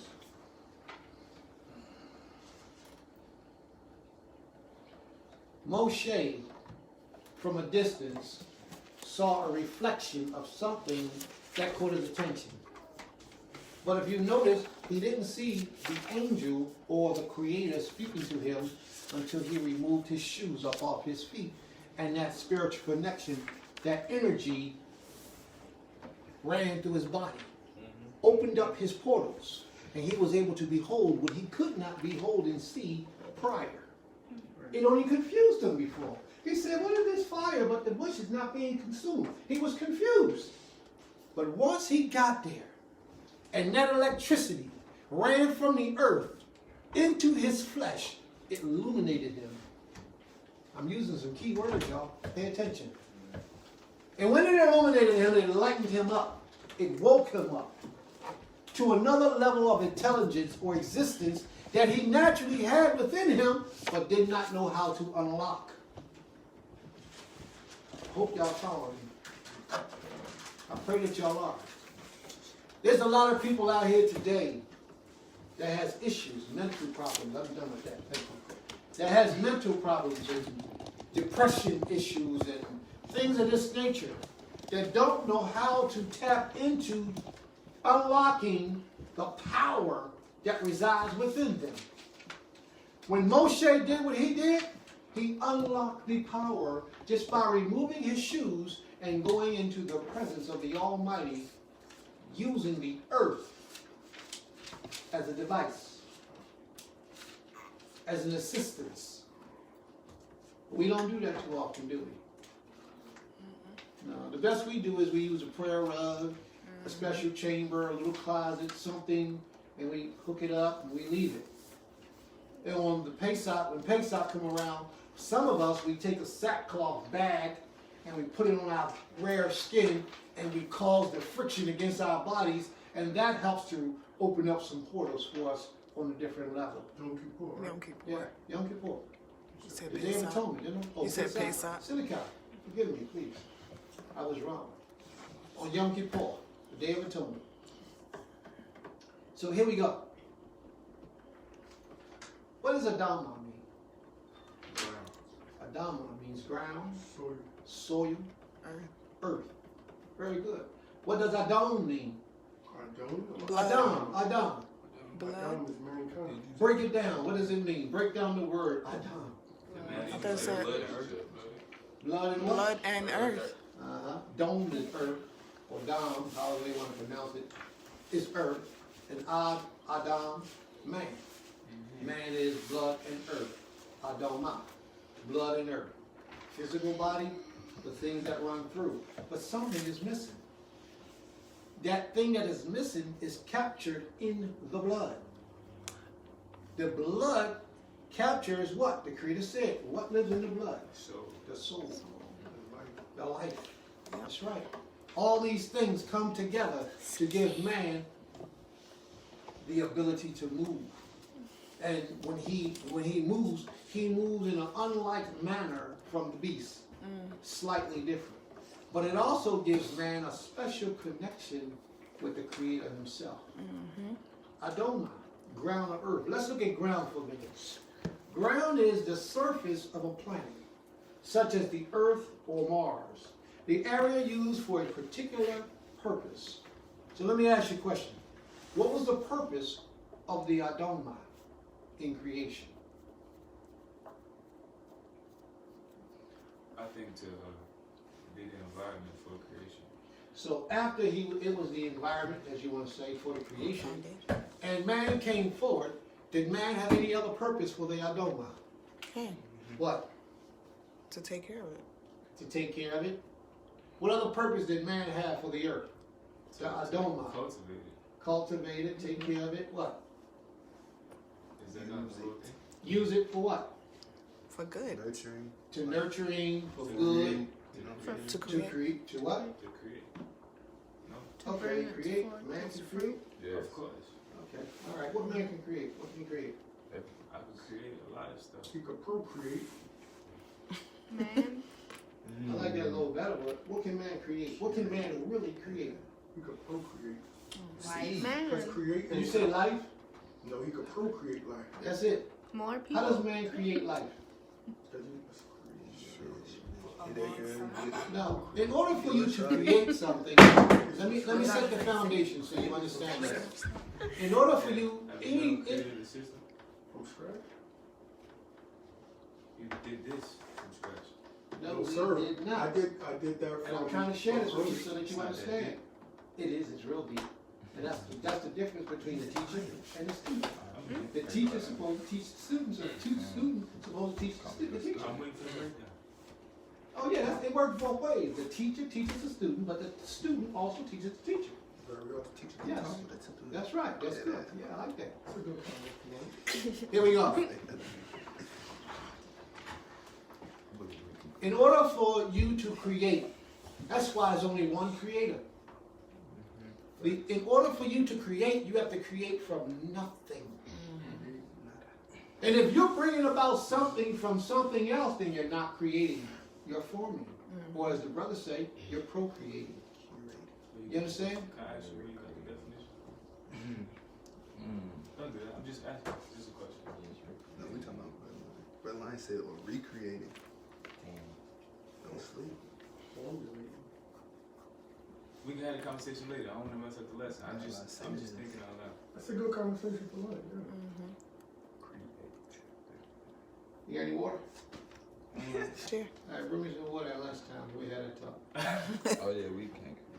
Go get The that. only Stop way it. to create Put it on is your to head. create from nothing. Everything else you're forming or recreating. You're bringing about something that's already been utilized, so you're really not creating anything. The creator, who is the master of all things, is the only one who can create.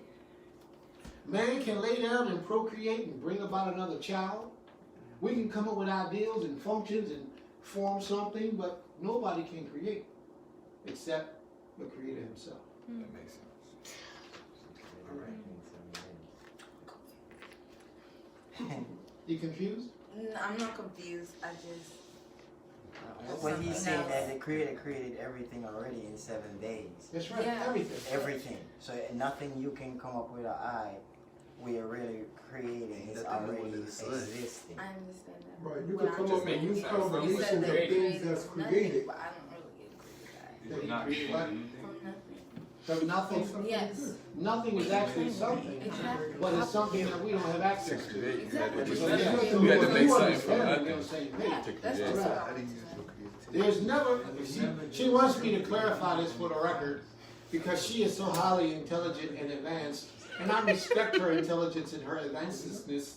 Never text me. Here it is, for the record, nothing is actually something. It is. It's just that our minds are not able to obtain the nothingness of that something. You understand? Like if you take a glass, as Rabbi Baruch used to like to use this example. If you take a glass and turn it upside down and put it on the table, suck all the air out of it. What's in there? It's still something there. Yeah. Air. We would consider you sucked all the air out. How can you suck it? You probably broke the glass. There's a way to get rid of air.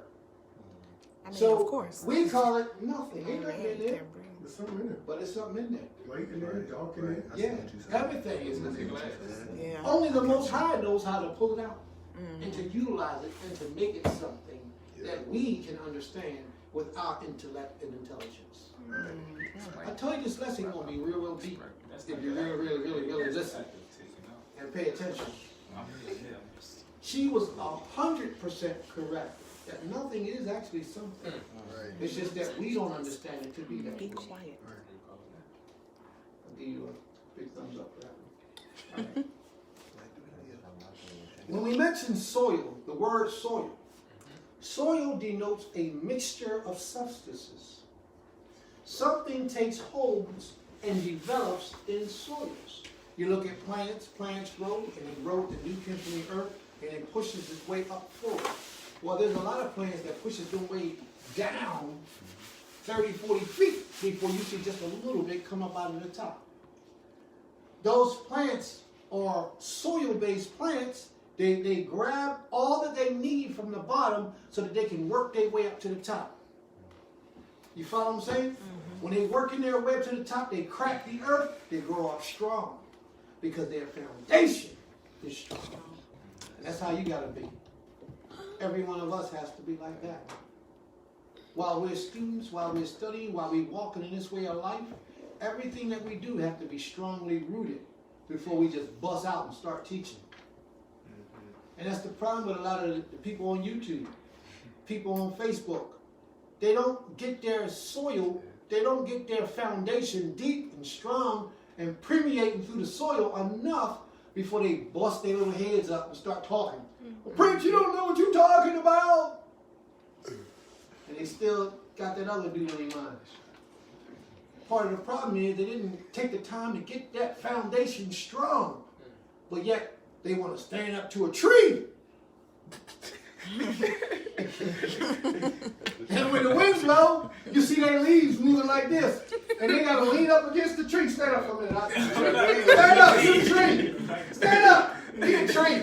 And I'm that dude on the leaf. But yeah, you ain't no good for nothing, man. You're wrong. And every time the wind blows, that tree right up on it. All right, the wind blowing right now. I'm back up on it. Watch. When the wind ain't blowing, all the people on Facebook come out like they strong trees. As soon as the wind starts blowing, they right back up against that tree again. Am I lying? Am I telling the truth? It's crazy. Everybody want to be a tree. When it ain't nothing but a blade of grass. Wow.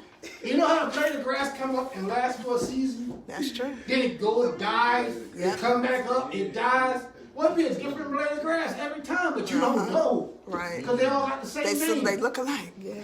The grass got its value. What you gonna feed the cows? Yeah, the grass got a whole lot of value. They do. That's for the fools. Yeah. I love it. I was just talking about them jokers be on Facebook. They be on every post. They be on every post. Yeah, Prince, yeah, but where that's at in the scriptures? Show me where that's at. Oh man, it don't say that. You're relying on the Hebrew language. You gotta go by the English language because the English is where we at. Huh? But do you think all of it is relevant though? No, that's why I'm paying no mind. I'm paying no mind because it ain't relevant. No? What I do is this. This is my premise. This is how I get down on Facebook. For the Facebook world so they'll know. I will spend maybe about 4, 5, maybe 6 back and forth with you. But the 6 back and forth I'm going to spend time is going to be deep. I'm going to give you some energy. I'm going to really spell it out for you, break it down for you. After that, you still coming back with the same old rhetoric and you ain't producing nothing that's only going to keep me interested. I'm going to let you keep on doing what you're doing and I'll give you a heart, let you know I see it and keep on moving. You think that's somewhat of the same example of the forest that you're giving us? Like, Speak. They can't hear you. Like you're saying right now, how Facebook is and how people are functioning in the world today, saying all this and doing all that, growing up, leaning against each other, weak, the wind blow, however you may look at it. Do you think that's the same way our forest and our ecosystem exists? Yes. So that's why I was saying everything is relevant. Despite Everything is relevant. Yeah. Everything is relevant, but that person that keeps being a thorn in the side just so that they can get some popularity is not relevant to me. The thorn has to be there too, though. Oh, they do. That's why I'm blocking. I don't block them. I don't drop them. I just don't give no attention. They're like parasites. Parasites. They call them parasites in nature. Yeah. Parasites in nature. They do. Everything. All right, let's get back to the lesson, y'all. Because them brothers on Facebook, they know who they are. They know, yeah, they probably right now talking about, well, Prince, what that got to do with the lesson? Okay. Excuse me. What is it about the soil or the ground that our people needed for their survival? What's some of the things that the soil produces that we need for our survival today? Plants, nutrients. They say when you like put your foot to the ground, like barefoot to the ground, yeah, you release some of the toxins out of the bottom of your feet. Oh wow. It's called grounding. Yeah. That's called what? Grounding, earthing. I thought that's what you were going with the lesson, but I'm still trying to figure out They so advanced. That's exactly where I'm going, but I'm going in the reverse way. That's exactly where I'm going. See, I didn't want to give it to you because you wouldn't be able to understand or accept it. No, I'm serious. Man, that sounds so ridiculous. What do you mean you stand on the ground and release toxins out of my foot, out of my body from standing on the ground? Who's going to believe that? I got you. I'm going to show you. A lot of people don't believe in that. They don't think that's true. They don't think that that's possible. But it's very true. Very true. And we're going to keep on just getting on. We often downplay the association between the soil and our health today. We are created from soil, and every element and molecule that it contains is a part of our makeup. Every element and molecule that it contains is a part of our makeup. So let me ask you this. If I take a Lego block, take a Lego set and build a building with Legos, right? If I easily pull out one Lego out of the building, it'll be a little bit weaker, won't it? If I go on the other side and pull out another block out of the Lego building, it might fall over, right? Possibly. Yeah. It might balance it out. Depending on the or it might structure of the fall. building and the strength and the foundation of the building. Yeah. All of this is human nature. Everything that I've just explained about that Lego building is the human body. The human body. If a certain element, mineral, is missing from the body is deficient and it gets weaker. The problem is a lot of us don't know, even doctors today don't know how to prescribe the missing link to cure a lot of the problems that we have today. They don't know how to. You know why they don't know? Because what they did was, I'm going to read it in my lesson, I'm going to tell you first. What they did was they put a barrier between us and our energy source. We got concrete, we got carpet, we got wood that they took and refabricated. They got cement, they got asphalt. When the last time you touched the dirt? When the last time, no, not your feet, your shoes. I'm talking about you. Reach down, pick up, smell. Rub on your face. Let your feet rub the ground in the dirt. When's the last time? You see what I mean? They teach us that these things are hideous. These things are things you shouldn't do. And then when we see somebody walking around with no shoes on, we make fun of them. Look at him, he's barefoot. Nappy head motherfucker.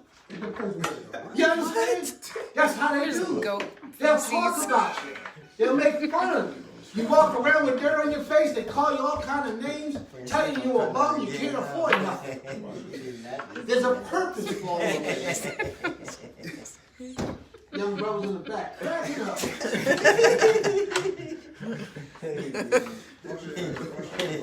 You're talking about wash your face.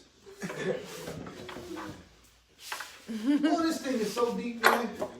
And we're just scratching the surface with this lesson. It goes way beyond what we're bringing forward today. We must constantly utilize the soil for our survival. But in today's life, we are no longer connected to the soil.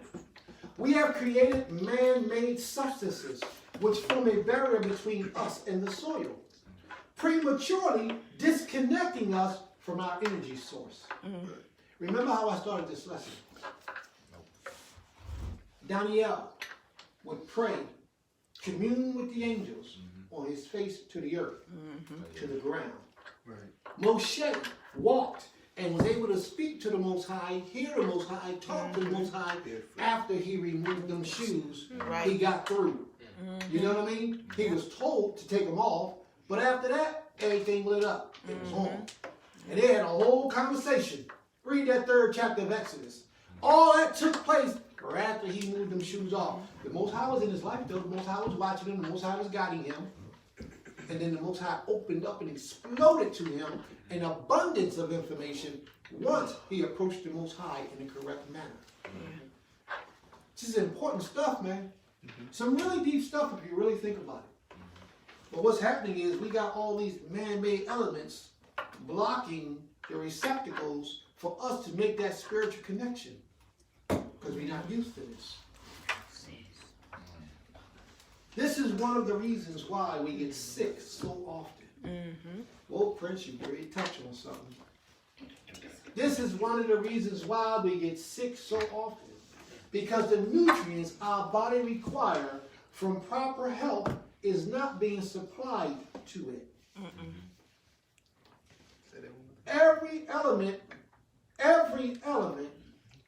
we receive is being watered down from the products we consume. And many of the products we consume are man-made in laboratories. Even the foods we eat, many of them are man-made in a laboratory. They call it genetically modified organisms. So even though it might grow in the ground, it's not real. It's man-made. A lot of it is grown, not even in the ground, but in their offices, in their shops. And it's so bad today. They got GMO weed too. It's so bad today. It's so bad today that they have genetically modified meat that ain't even coming from a cow or a lamb or a turkey or a fish. It's made in a laboratory. It never saw the ocean. It never saw a field. But it's in your supermarkets and you can buy it and they ain't got to tell you what it is. And they selling it to you. And you eating it. And you think, oh, this is beef. This is turkey. This is fish. So I'm cool. And it's not that at all. It's something they made in a laboratory. It never sucked up water. It never ate the grass. It never laid an egg. Never. Never played with a brother. That's right. It never secreted sweat. It was made in a laboratory. They'll package it and they'll sell it to you as beef, as turkey, as pork, as fish.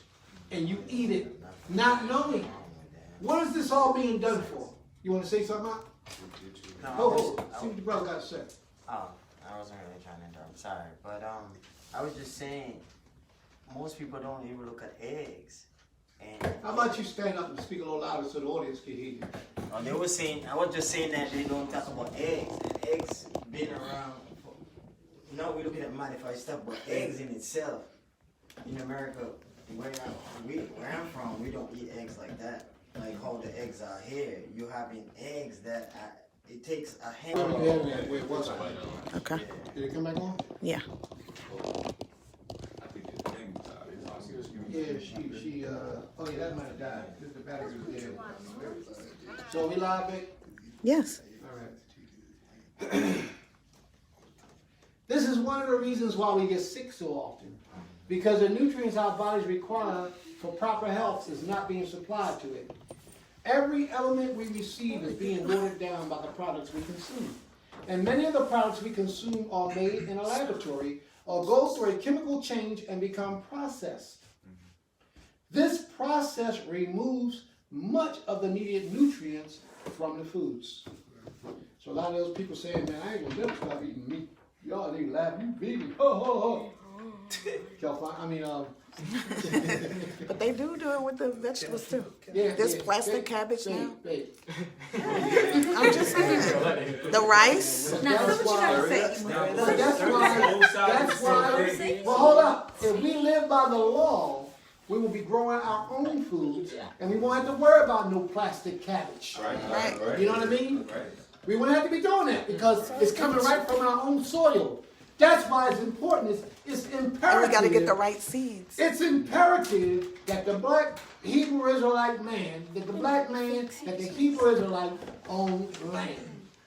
Or in some way, shape, or form, get connected with some land. So you can grow your own foods. That's true. Because this devil, and I clarify that with the capital D-E-V-I-L, all caps. Yeah. This devil got something for you. Yeah. He knows how to keep you from nice. harmonizing with the Almighty. Yep. He knows how to keep you from gathering your strengths. And one of the ways that he do it is through your food. Yeah. If he fill you up with Yeah. things to block you. That it blocks your receptors. Yeah. That's right. Many of the needed nutrients are not physical, but etheric by nature. What's that word mean? I'm going to read it for you. I'm messing around. Yeah. Can you say that again? Many of the physical nutrients, many of the nutrients that we need for our body are not physical, but etheric. Okay. Etheric.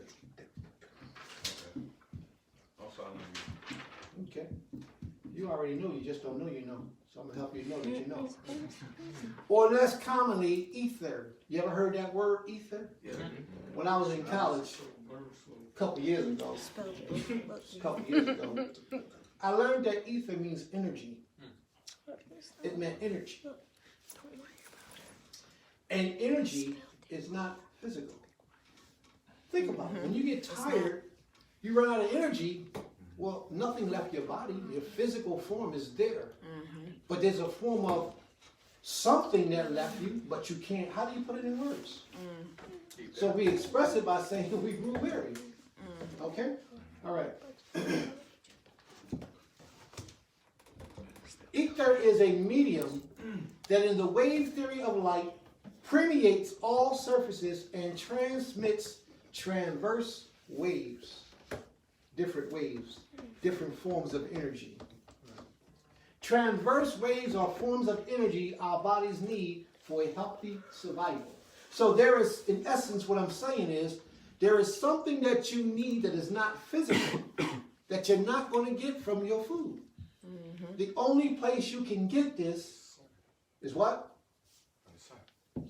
You read my lesson, didn't you? You read my lesson. You was in my house this morning. You was in my house this morning, wasn't you? Yeah, I like that. I knew I got you right. Context clues. Watch this. For healthy survival, transverse waves are electrical in nature. Our bodies are like batteries, and we constantly are in need of charge. What happens to a battery if you don't recharge it? It does.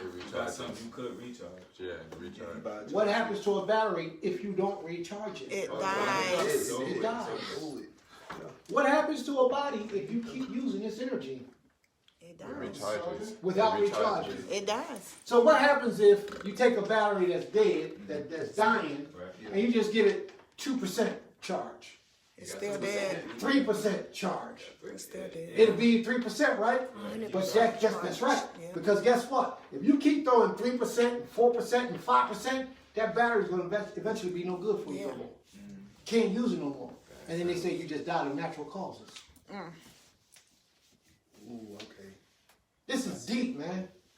This is really deep. So if you're falling asleep, it's because you don't want to live. This is really deep. You got to stop. On the average Hebrew Israelite is feeding its body only 10% or 5% of the charge that it needs because we don't know where to get the charge from. Go right outside and look at that sun. How you know when it's fully charged? That you don't. But you'll feel so good that your body will know. You go outside. Look at that sun. That sun is there for a reason. That sun is giving you etheric energy. Truth be told, a lot of people know they don't fit their chosen lifestyle. Yeah, true. That's good. But so many more don't know. That sun is giving us etheric energy. We need that. A lot of times there are sicknesses in our bodies that we need the sun to remove from us. The sicknesses are deficiencies of things that we have. Most vegans, they tell us to take vitamin D3, D4. What does the sun produce? D3, right? I don't know which D. It's D3, I think it is. What is it? You know? Definitely D. Go stand in the sun. Yeah. It's actually a hormone, not a vitamin, but that's something. That's a whole nother Okay. science. Well, then one day you can bring us that lesson. I believe it's D3. But the point I'm trying to make is they make D3 supplements. I even got some. It's not even nothing compared to what the That's sun right. can give. That's good. But what I'm trying to warn you about is this. When you take these artificial supplements, right, you get your body addicted or conditioned to that type of source, and it will block that source.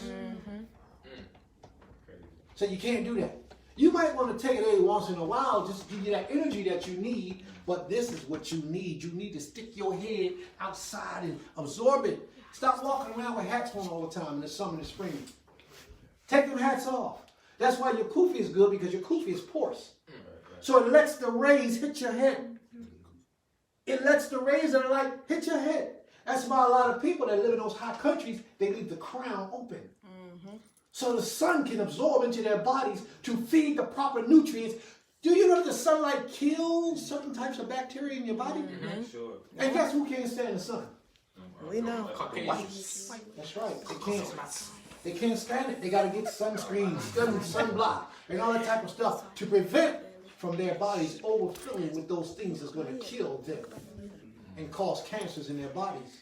We, black people, our people, most of us absorb the sun. Reutilize that energy, and it flows all through us.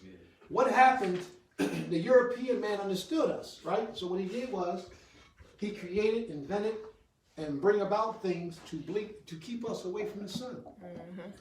And then we start getting these little colds, we start getting these little aches and pains, and we don't even realize that all it simply took was a little bit of sunlight. I had a child who was born in the hospital, and they tried to tell me my child had what they call collagen. What they call that? Collagen? They got something with it where the baby turns purple. Oh, I don't know. And a lot of my children were light skinned when they were little. And the child turns purple. It's when the bilirubin doesn't have it. Yeah, when the bilirubin. You know, and they have to sit under lights. Yeah, What they- I forget the name of it, but yeah, one of my children. Collagen. No. What is it? Mm-mm. All these doctors in the house. I can't think of it right now, but it's not collagen at all. No, it's not. It doesn't even sound like that. No, it's not. It doesn't start with Collar. a It's K. collar. It doesn't. Something I'm gonna like that. Google it for you. Somebody in the Facebook world might know. Jaundice. Jaundice. Jaundice. There we go. Jaundice. Jaundice. Kafani had it. That's what it is. Yeah. Yeah. And you pinch the skin and it's the pigmentation. Yeah. You turn yellow, yeah. See, we know a little bit of something. But let me tell you something. Different kind of yellow. But the sun is the best thing for it. Let me tell you They be something. putting them under UV lights. Collagen. That's probably another disease. Collagen is something with the skin. Collagen. Another That's disease. to No, it's when you're That's deficient in it. keep your elasticity. Yes. All right, so here we go. Let's bring it home, fam. Let's bring it back home. So when the child is born in the hospital with jaundice, the doctors want to keep the child for a duration of time. First of all, the child should never be out of the presence of the mother. The moment that child is born, it goes straight to the boob. And it stays with the mother the duration of its time in the hospital. Don't get your child out of your sight. Don't get a child no needles. The child don't need anything. That's saying that the Most High didn't know what He did when He created the woman to have a baby. Take that baby, put him right on your boobs, and let him suck. And let him absorb the natural nutrients that the Creator gave him. That the Creator gave him to live by. So what they say is, they'll say, well, your child has jaundice. And your child very well may have jaundice. Go sit in the sun. What they want to do to your child is keep your child away from you for a period of time and let your child sit under the fluorescent light to cure the jaundice. No! Yes, if you let them. No! The answer is no. Give me my child, let me leave. And what you do is you take your child and you let your child sit out in the light of the sun Well, I did both. The minerals from the sun will naturally destroy the bacteria inside the body of the child. What? The light rays from the sun. Oh, I see I'm losing some of y'all now. No, I was saying. I see I'm losing y'all. He writing on the drum. No, I was getting something off of it. It was like something stuck on it. Right. One more thing I want to tell you about when you got a baby in the hospital. Okay. Men, go with your woman to the hospital when she has a child. We're not even going to The moment that your child is born, well, you're going to even inform them prior, but you should have a bucket. Give me my placenta. That's right. That belongs to my body. Give it to me. Take your placenta with you. Sometimes they will fight with you and don't want to release it. Yeah. But you got to be determined to give me my placenta. You got to see this our culture. That's right. It's your religion. Tell them that. You're supposed to keep it attached for a certain amount of time. You can. Until It's it a naturally choice. falls off. But It's a choice. You don't have. Yeah. But it's all still a choice. You don't have That's why to. you put on your breast, because your breast is giving them back the stuff that they need. No, it's not the same. It is the same. No, it's the placenta. No, it's different things that's in the placenta versus the Who y'all breast. gonna get up here and teach? I teach. Don't even try that. Y'all can come up here and teach. Any shout out y'all want. I do science all and we day. let y'all teach. I'm talking about the women right now. I have taught. So yeah, and I've taught before.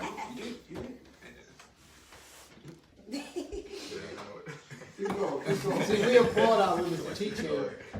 We love our women teaching here. We should give them the platform and the floor whenever they're ready. They can come up and teach. Yeah, we don't tell women you ain't got no business teaching no man. We don't believe in that. Because a lot of the men is not as educated as the women. And they gotta raise the women. And a lot of the men is not as dedicated as the women. Hands up to my brothers who's about their business. And my hat is off to them. But we are few in numbers. You know, we got a lot of men with a big mouth. We got a lot of men who can repeat what they heard somebody else say, that somebody said, that somebody said, that somebody else said, that was a friend of the person that said what they said.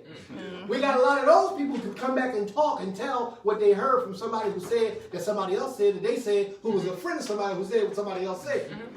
We got a lot of them, but we got very few that actually crack that book open and say, you know what, I'm going to see what the etymology or the root of that word is. And be serious about it. And then formulate an opinion based on their research and their studies. We don't have too many of those men. We do have some, but we don't have too many. But here in Goshen, almost everybody here is involved in how to learn how to do their research, because everybody in those Hebrew classes, and we be studying, and we be sitting down like last night at the table. We was going back and forth with different words, different verses, challenging each other and making each other better. Oh, yeah. That's what it's about. Those things are very valuable in the development of a nation. And Goshen is definitely about developing a nation. Our nation. May the Most High be pleased.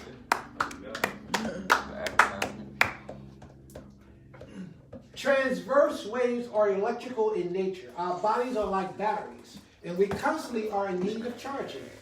Our charges come from both the sun and the earth. In this society we embrace has involved in the opposite methods necessary for our survival. They take us away from the sun, and they take us away from the earth. Watch this. We spend most of our days avoiding the charge we need by wearing head coverings. In the summertime, spring, and fall seasons, by wearing foot coverings all year round. So whenever you don't have to wear a foot, what's the first thing the Creator told Moshe to do? Take his shirt off. How did Daniel pray? He put his face where? To the ground. To the earth. That earth releases something from it that the body needs. And you can't get that by wearing shoes and slippers and socks and then carpet and hardwood and asphalt and concrete. You get a little dirt on the side, like where your slides and stuff. Dude, that's a different type of dirt. That ain't the earth. That's just dirt. That's nasty. That's nasty dirt. That's you what get that that is. when you got the boots and stuff like that. Yeah, it's hard to get ground. Find out who you got So let me finish this part, please. Because when it comes time for you to take your shoes off and feel the earth, you still got your little thing on you. And you still looking around. Okay. So you still being on guard, but yet you feeling the earth. Okay. So don't even try that with the slipper stuff. slippers for the house. If you got a grown man that comes outside in slippers, something wrong with that man. He needs to be reevaluated. I'm gonna just tell you. First of all, that's another lesson for another day. You know what? Prince getting ready to go somewhere. I don't want to do that right now. We're gonna have that lesson another day. Our forefathers understood the need to be energized. They understood this. This is why we see in the scriptures that they often prayed with their faces to the soil, their faces to the ground. Also, when they mourned, they would put soil on their faces by putting it directly upon their face. You are speeding up the process of healing and repairing the benefit of the power contained within the soil. Our bodies are conductors. A conductor is a material or an object that permits an electric current to flow easily within it. Dr. Savy used to teach that certain foods are electrical, and the body is electrical. This is why the importance of certain electrical foods to recharge the body was necessary and mandatory. But the problem is, a lot of the foods that we eat, when they go through that process of being chemically reduced and processed foods, it takes a lot of the electrical charge out of the food. Or when you cook it, and it loses that crunch, that natural. When you cook it too long. Yeah. You can even steam food and cook it too long, steam it. Yes. Yes, sir.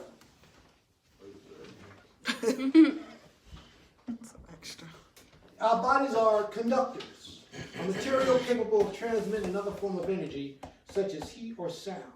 We need electricity for a healthy living. Electricity energizes our bodies. Therefore, we must get grounded often.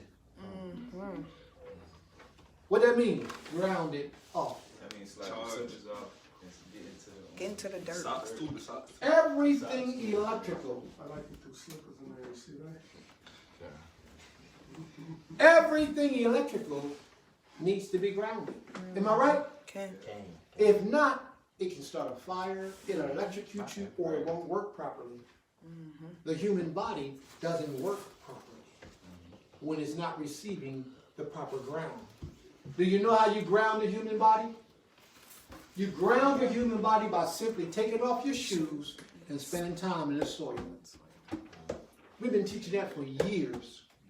We've been teaching it for years, but people don't listen. Sometimes you'll have a sickness or a disease, the doctors cannot figure out what's wrong with you. They'll run all type of tests, tell you this, tell you it's that, tell you it's this, and the only thing you needed to do was go get some sunlight and get some soil up underneath your feet, your bare feet, and it'll cure your body. A lot of people don't believe this. A lot of people are looking at what I'm saying right now saying, oh, Prince, get out of here, man. It can't be that simple, but it is. It's a proven fact. Stand up, please. It is so, because now if you go to when I went to the hospital with someone, and then the nurse was saying that when they took a COVID test, the nurse was saying that we don't know if you have it or not, but take this pill with you. And the pill will actually vitamin D, which is about the same thing you're saying, the sunlight. So I was like, this doesn't make no sense. So, and now you really see why it doesn't make no sense, because they're making us melanated people vitamin D efficient by having you inside a lot more. And that's right. So it's all really a game. You see, because if they're gonna tell you for the treatment of it is vitamin D, which you could easily go out in the sun, but yet they're telling you not to go outside. Living inside is complicated. And that was another part. Conflicted. I'm glad you brought that part out, because that was another part of the lesson that I wanted to touch on. When I said to you earlier that they take and they use all these man-made materials to get us away from the natural sources, they're doing the same thing with this COVID. Yeah. They got us wearing a mask. Right. Man-made material, a mask over our faces, over our nose, over our mouth, and we're breathing in what? Carbon dioxide. Not only that, we're bringing all those materials. we're breathing those materials into our bodies. We're wearing these masks all day, and we're out sucking oxygen so we can live, and we're breathing that oxygen through that mask. So whatever fibers the mask is made out of, microscopic fibers are going where? Into our body. Into our bodies. That's right. Oxygen. You got on the mask, in addition to all the fibers that you breathe in. At the same time, you breathe in carbon. I'm not saying the wrong. Carbon monoxide. You breathe out carbon dioxide right there. So you breathe it in, and that stuff make you nervous. It make you more like not alert, but what's the word? Like anxious. Like so you already on your toes about something. Then they tell you mad people dying out there, so it adds to the fear. Like if you let it get. That's why there's so many anxiety cases going on. The point I'm making is that your body is being starved. And actually, when you're wearing those masks, your body is being poisoned. Slowly, and you don't even know it. So if they want to poison you, all they had to do was get a head start on the mask making process, because they know that's what they're going to tell you to do. And we being so silly and stupid, we're going to run right out and get them. All they had to do was get ahead of the game before they released the COVID thing out to the people, and put whatever chemicals they needed to, mix it and entwine it with the fabric as they made the mask. And now all of a sudden they put a run on the mask. Everybody got a mask on their face. Oh, and y'all dying. I don't wear a mask unless I go into a place and they say you can't come in here with a mask, and I need what I need to go get. So for 15, 20 minutes while I'm in there, I'll put a mask on. When I'm on my way out the door, I'll flip it off just to be smart. That's what I do. You made me put When I come in the store, they put the door up and they tell you can't come in my store without a mask. All right, So on your way out. I don't know what's wrong because I get an attitude when they telling me I can't come in without a mask. I be like, why I gotta put a mask on and ain't nothing going on? Put the mask on. I'm not saying people ain't dying, but they dying for a different reason. Remember what I told you about the placenta? How to release that thing in the earth and it kills who it's designed to kill? Oh, it's something about this, man. Believe me, it is. I put the mask on, I walk in the store, go around the store, and on my way out the door, I walk right past the same guard that told me. I'm leaving the store now. You can't tell me what to do. And I leave. And I go in places, I do, and listen, I've been in the company, I've been in the presence of people with that stuff that they call COVID, whatever they call it. I've been in their presence. I thank the Most High for His protection, His blessing. Nothing happens. I'm not saying it's going to happen to you. You might not be as fortunate as I was. But it's happened 2 or 3 times with me. Didn't know. Had to interrupt, do business with these individuals. Talk to them the next day. I'm in the hospital. What's wrong with you? Tell me I got COVID. Yes? To tie back into what you're saying, it's just a health thing, an immune thing. Your immune system is strong enough. That's right. That too. That makes a difference. You'll have whatever you got from the earth to be able to fight that. That's right. Yeah. So all that helps. But if you notice, from what my experience has been, I don't know what your experiences are. From all of my experience, everybody I know lives a trite life. They eat almost anything that they want, and they sick. Almost everybody I know that has caught the COVID just live any kind of way. I haven't seen any, I don't think not one person I know that don't eat meat. Yeah, no, Moray Yoel is vegan. I'm serious. I'm serious. Moray Yoel is vegan. Moray Yoel got other issues going on. That's my brother. I love him to death. Oh, yeah. But you got to remember, COVID he has been attacks the forced immune to system. put products in his body that he normally wouldn't do. Yeah. So it's a difference with him, and people like him. But I don't. Listen, I don't want to throw this out of proportion and make people say, "Well, I ain't gotta wear no mask," and then they go out there and get sick. And they blame Prince for it. Don't blame Prince. Wear your mask. Wear your mask. Don't But it's just alternatives. If you're gonna do it, if you're going to comply with the westernized, the things that they are telling you to do, there's also ways to counter it naturally. So that's the whole point. Like, we live in America, so we can't just walk around here and say, "Oh, I'm against everything." If we're here, we got to learn how to live in it, maneuver through, and then also when we're in our own home, take care of ourselves so that we're not dying from the things that they put out there, because the natural things that we have, we know what to do, but we don't go out there and be stupid, basically. Thank you. She spoke very wisely. I like the part where she said we don't go out there and be stupid. I like that part. Facts. Yeah, excellent. Right. Many of our health issues is because of the lack of proper grounding throughout our bodies. Removing the hat and the shoes and all man-made substances when in the natural elements of the earth will help to heal the mind along with the body. Feelings of depression are also reversed when naturally occurring in the body. If you got a natural, I ain't talking about you who take pills, and those pills, because a lot of that medication they give you, the side effect of those medications are depression. So I'm not talking about those. Anxiety. It'll kill your liver. Yep. It's all type of stuff through those pills. We try not to take medication around here. Man, I struggled for 3 years, so I didn't have to take no medication. Right. Yeah, you can take the CMOS pills. Yeah, that stuff at those stores, you know. Yeah. So anyway, back to the subject at hand. Depression can oftentimes be cured by you just being out in the sunlight. Yep. And watch this for a minute. Being out in the sunlight and your natural feet in the earth. You ever heard somebody say, oh, this is so relaxing? And you see what they're doing, they're just sitting down in the sun, chilling on the beach, watching a game or something, or watching the ocean or something, and they just feel so good. It's the natural that's energizing, electrifying their body. Their bodies are being grounded. I ain't gonna lie. Naturally. I play basketball with my shirt off in the summer. What? Good. Yeah, you're right. You don't want to walk around with your shirt off. Nah. Put on a wife beater or something, you know. The minimum is you can. I would at least put on a wife beater. You really don't want nobody looking at your, you know. We don't have to call them wife beaters. We don't have to call them wife beaters. They could just be a white or a black tank top. They don't want to call them wife beaters. I mean, all of the words you use are powerful. Yes, they are very powerful, but we don't have any wife beaters here except t-shirts. Yeah. We don't have any of those. All right, no more wife beaters, just white t-shirts. Tank tops. Tank tops. Who's the tank? He ain't the top.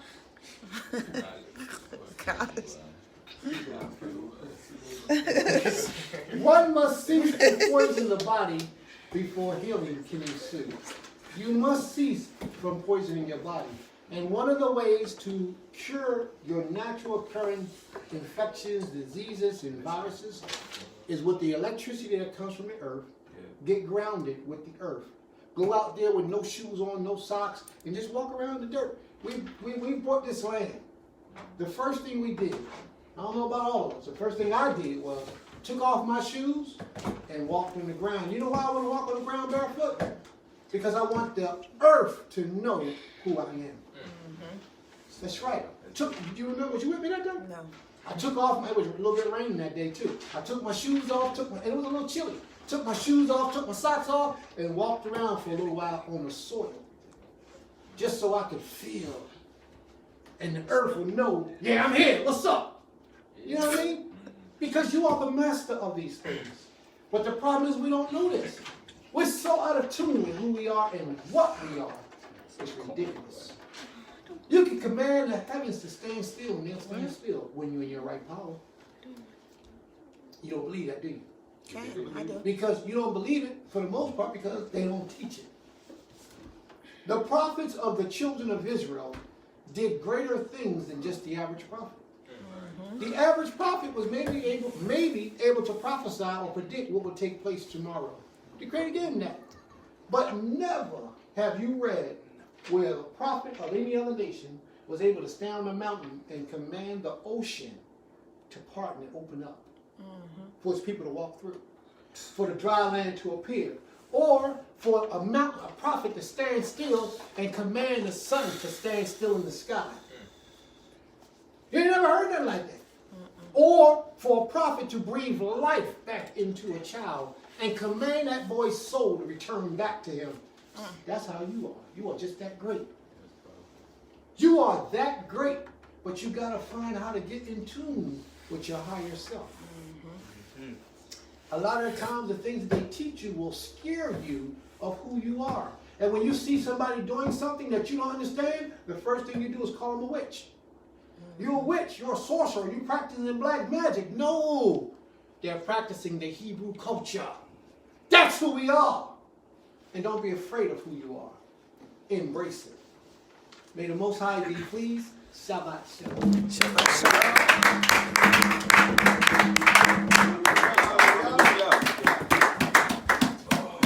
I think Oh my think we God. can do it. What y'all think?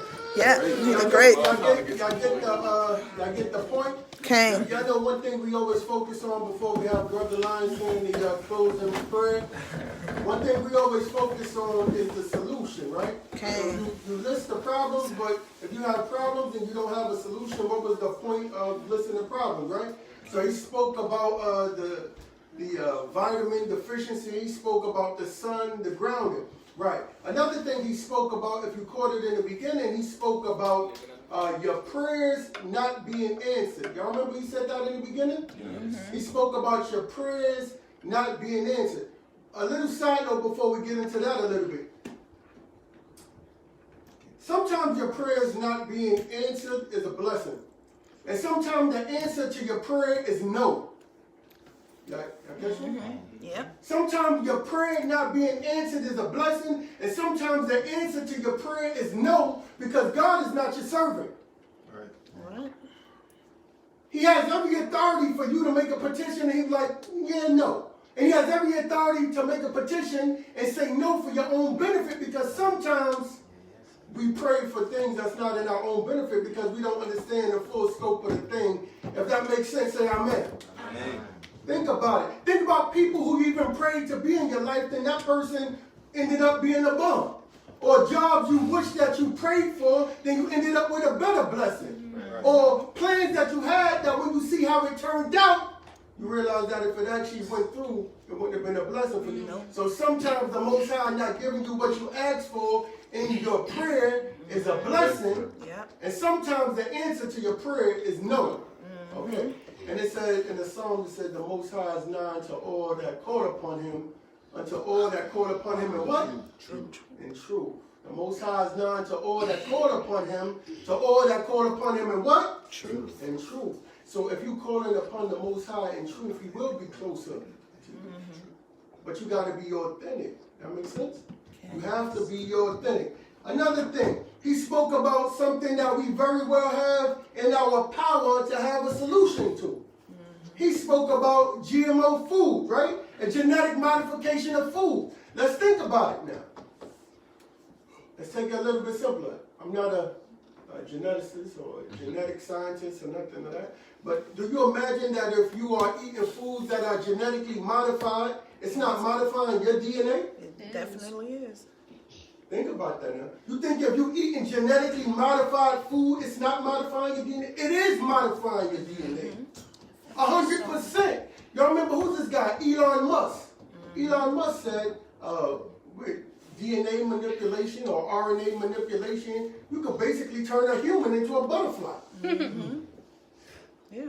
Now think about the things that we know from actual fact and research on how genetic modifications are manipulating the genetics of humans. They have this frog. It was a scientist, a black scientist. You can look up the name. He looks a little bit weird, but he's smart. They tried to buy his research to shut him up. He did research on the frog, and on the frog was exposed to some genetic modifying agent, and it was a male frog, and it turned the male frog biologically into a female frog. So when somebody telling you that internally they feel like something, they're not lying. They are GMO humans. So what's the solution that we have? So now, there was a time when we all lived in cities, right? And the only thing we could agree would have had to been on a windowsill. But if you have hundreds and hundreds of acres of land at your disposal, and a year from now you're still forced to go to Walmart or Kroger's to buy your produce and stuff, then you can't blame anybody. You can't blame anybody at that point because you had the problem and you had the solution to the problem. Y'all still with me? Okay. So y'all know besides DNA and RNA, y'all know they have synthetic DNA and synthetic RNA, right? Which means man-made, which means that they can deliberately put something into your current genetic structure to manipulate you. So you have to be mindful of what you eat, because remember, the Most High already gave us everything that we need to do everything that we want in righteousness. We already have this. And the proof of that is because remember when Moses prayed, when the Egyptians was on his back and he was between the mountain right here and the body of water right here. Moses, like any person in this room would have done if they had a problem, he stopped and prayed. He probably had his face to the ground too. And what did the Most High respond to him? He said, get up. Why are you crying unto me? Bid the children of Israel that they should go forward. I mean, that there's a time for prayer. But there's a time for doing. Action. There's a time for doing. There's a point where your praying is actually just wasting time. Because you already answered that prayer. Y'all don't hear me though. There's a point where you praying is wasting time because you're praying for an answered prayer, but what you're doing is waiting for God to do it. But I started this in the beginning saying the Most High is not your servant. That's right. Yeah. So it's going to take you to do it. So get up. Bid the children of Israel to go forward. There was a time he said too something about the mask. Y'all remember he said about the mask? Yeah. He said, and the brother Najee said something about the carbon dioxide. First of all, COVID is real. It's however, if you think that it was manufactured in a lab or manipulated in a lab or the genetic structure of it was manipulated in a lab to make it more contagious, whatever the conspiracy is, which may very well be true because people do conspire, it's real, it's killing people. It's real, it's killing people. So you got to use wisdom with it. Don't be so deep that you're a fool. But the blessing of it is that we already have everything that we need to do everything that we want in righteousness. So if there's some information out there that says that sunlight is good for you, go take a walk. Right? If you say sometimes you need some fresh air, you got the whole woods, the whole trees producing oxygen. Go take a walk. Stand, take your mask off, inhale deeply. But when you're around a bunch of sick people in the middle of Walmart, you put your mask on. That's right. Before you come back and bring COVID in here. Or something else. Y'all hear the difference? Right? So now if you want to go breathe, you go breathe in the woods. We got trees producing oxygen on hundreds and hundreds of acres. You go breathe there freely. But when you go to Walmart, you put your damn mask on. Because you don't want any of that getting into you. Amen? Because even though,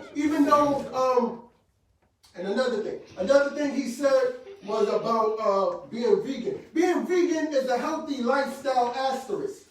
That's my brother. But this, and he eats rather healthy. But this, you know that just being a vegan alone is not enough for you to be healthy. Right. Because being a vegan, the way that people understand it, primarily means you don't eat meat. Right? And you don't eat meat-based products or animal-based products.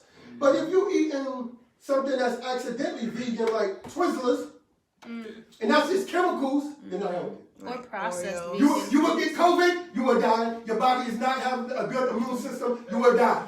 If you eating something that's accidentally vegan, like let's say Oreos, some them candies, them little tart candies, and you think you healthier than a person eating chicken from one of Mario chickens, you're not. You're not healthier. You're gonna get sick, you're gonna die. It's not a real thing. So that's part of it. Because the meat that we get these days, we know that there's hormones and all that in the meat. You know what I mean? And we know that there's GMO meat and all these things of that nature. Y'all still with me? Right? And we know that we probably shouldn't be eating that as much as we could. But that, if you're going to stop eating that, but you're still going to be eating GMO vegetables and Twizzlers and what do you call it? Because I buy stuff that's not and manufactured food and processed foods, right? Y'all still with me back there? And you eating all of that, but you saying I don't eat meat, so I'm healthy. You're not healthy.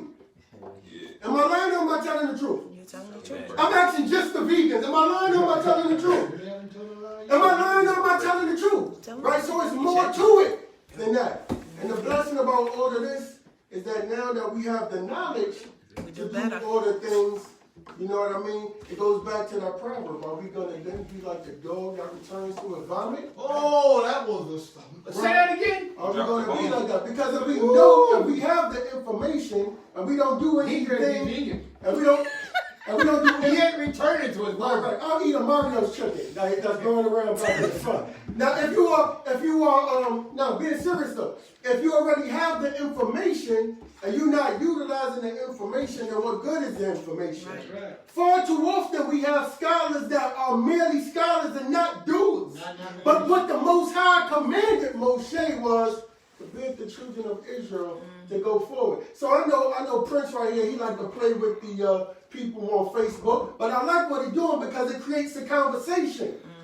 But never be confused that a person that's arguing with you on Facebook, but they're not doing anything to improve the nation. Don't even view them in your mind as your peer.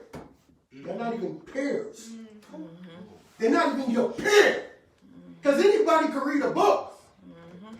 But if you knew how to do it, why you not doing it? Right.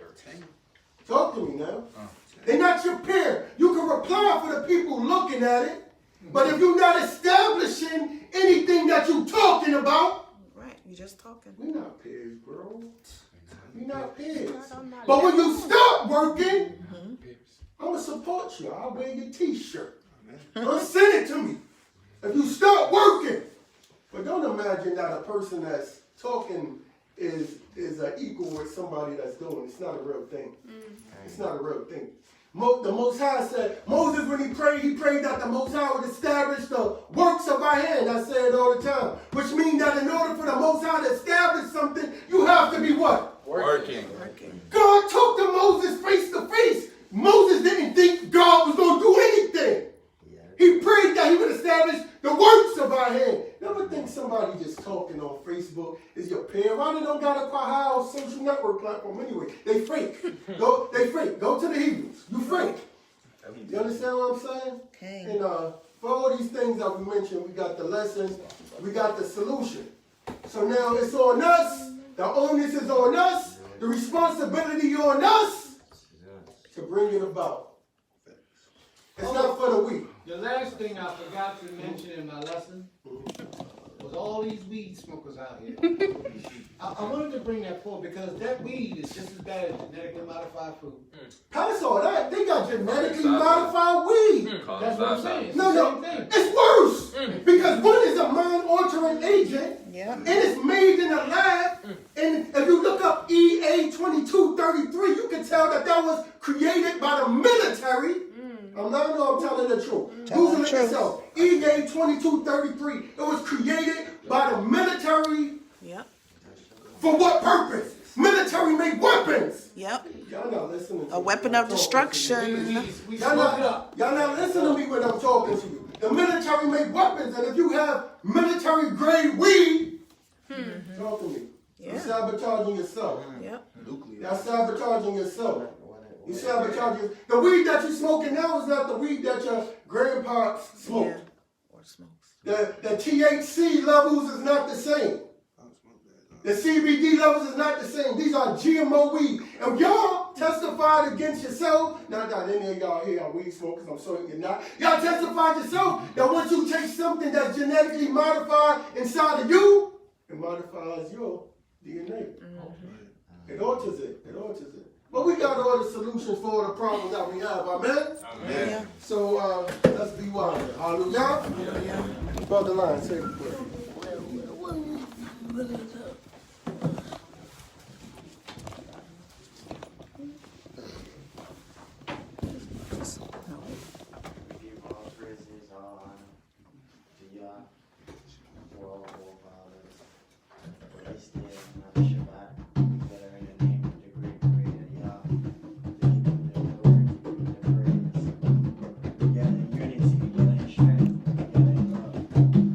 Help us all that the message that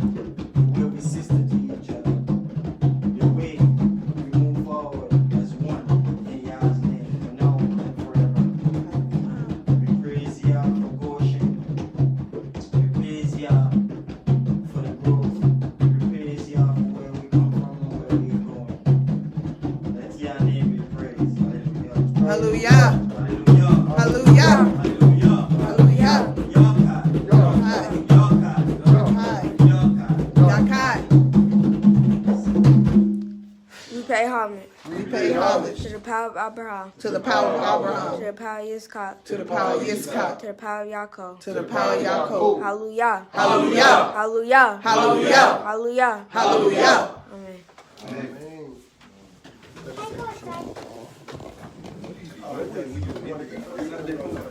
Amen.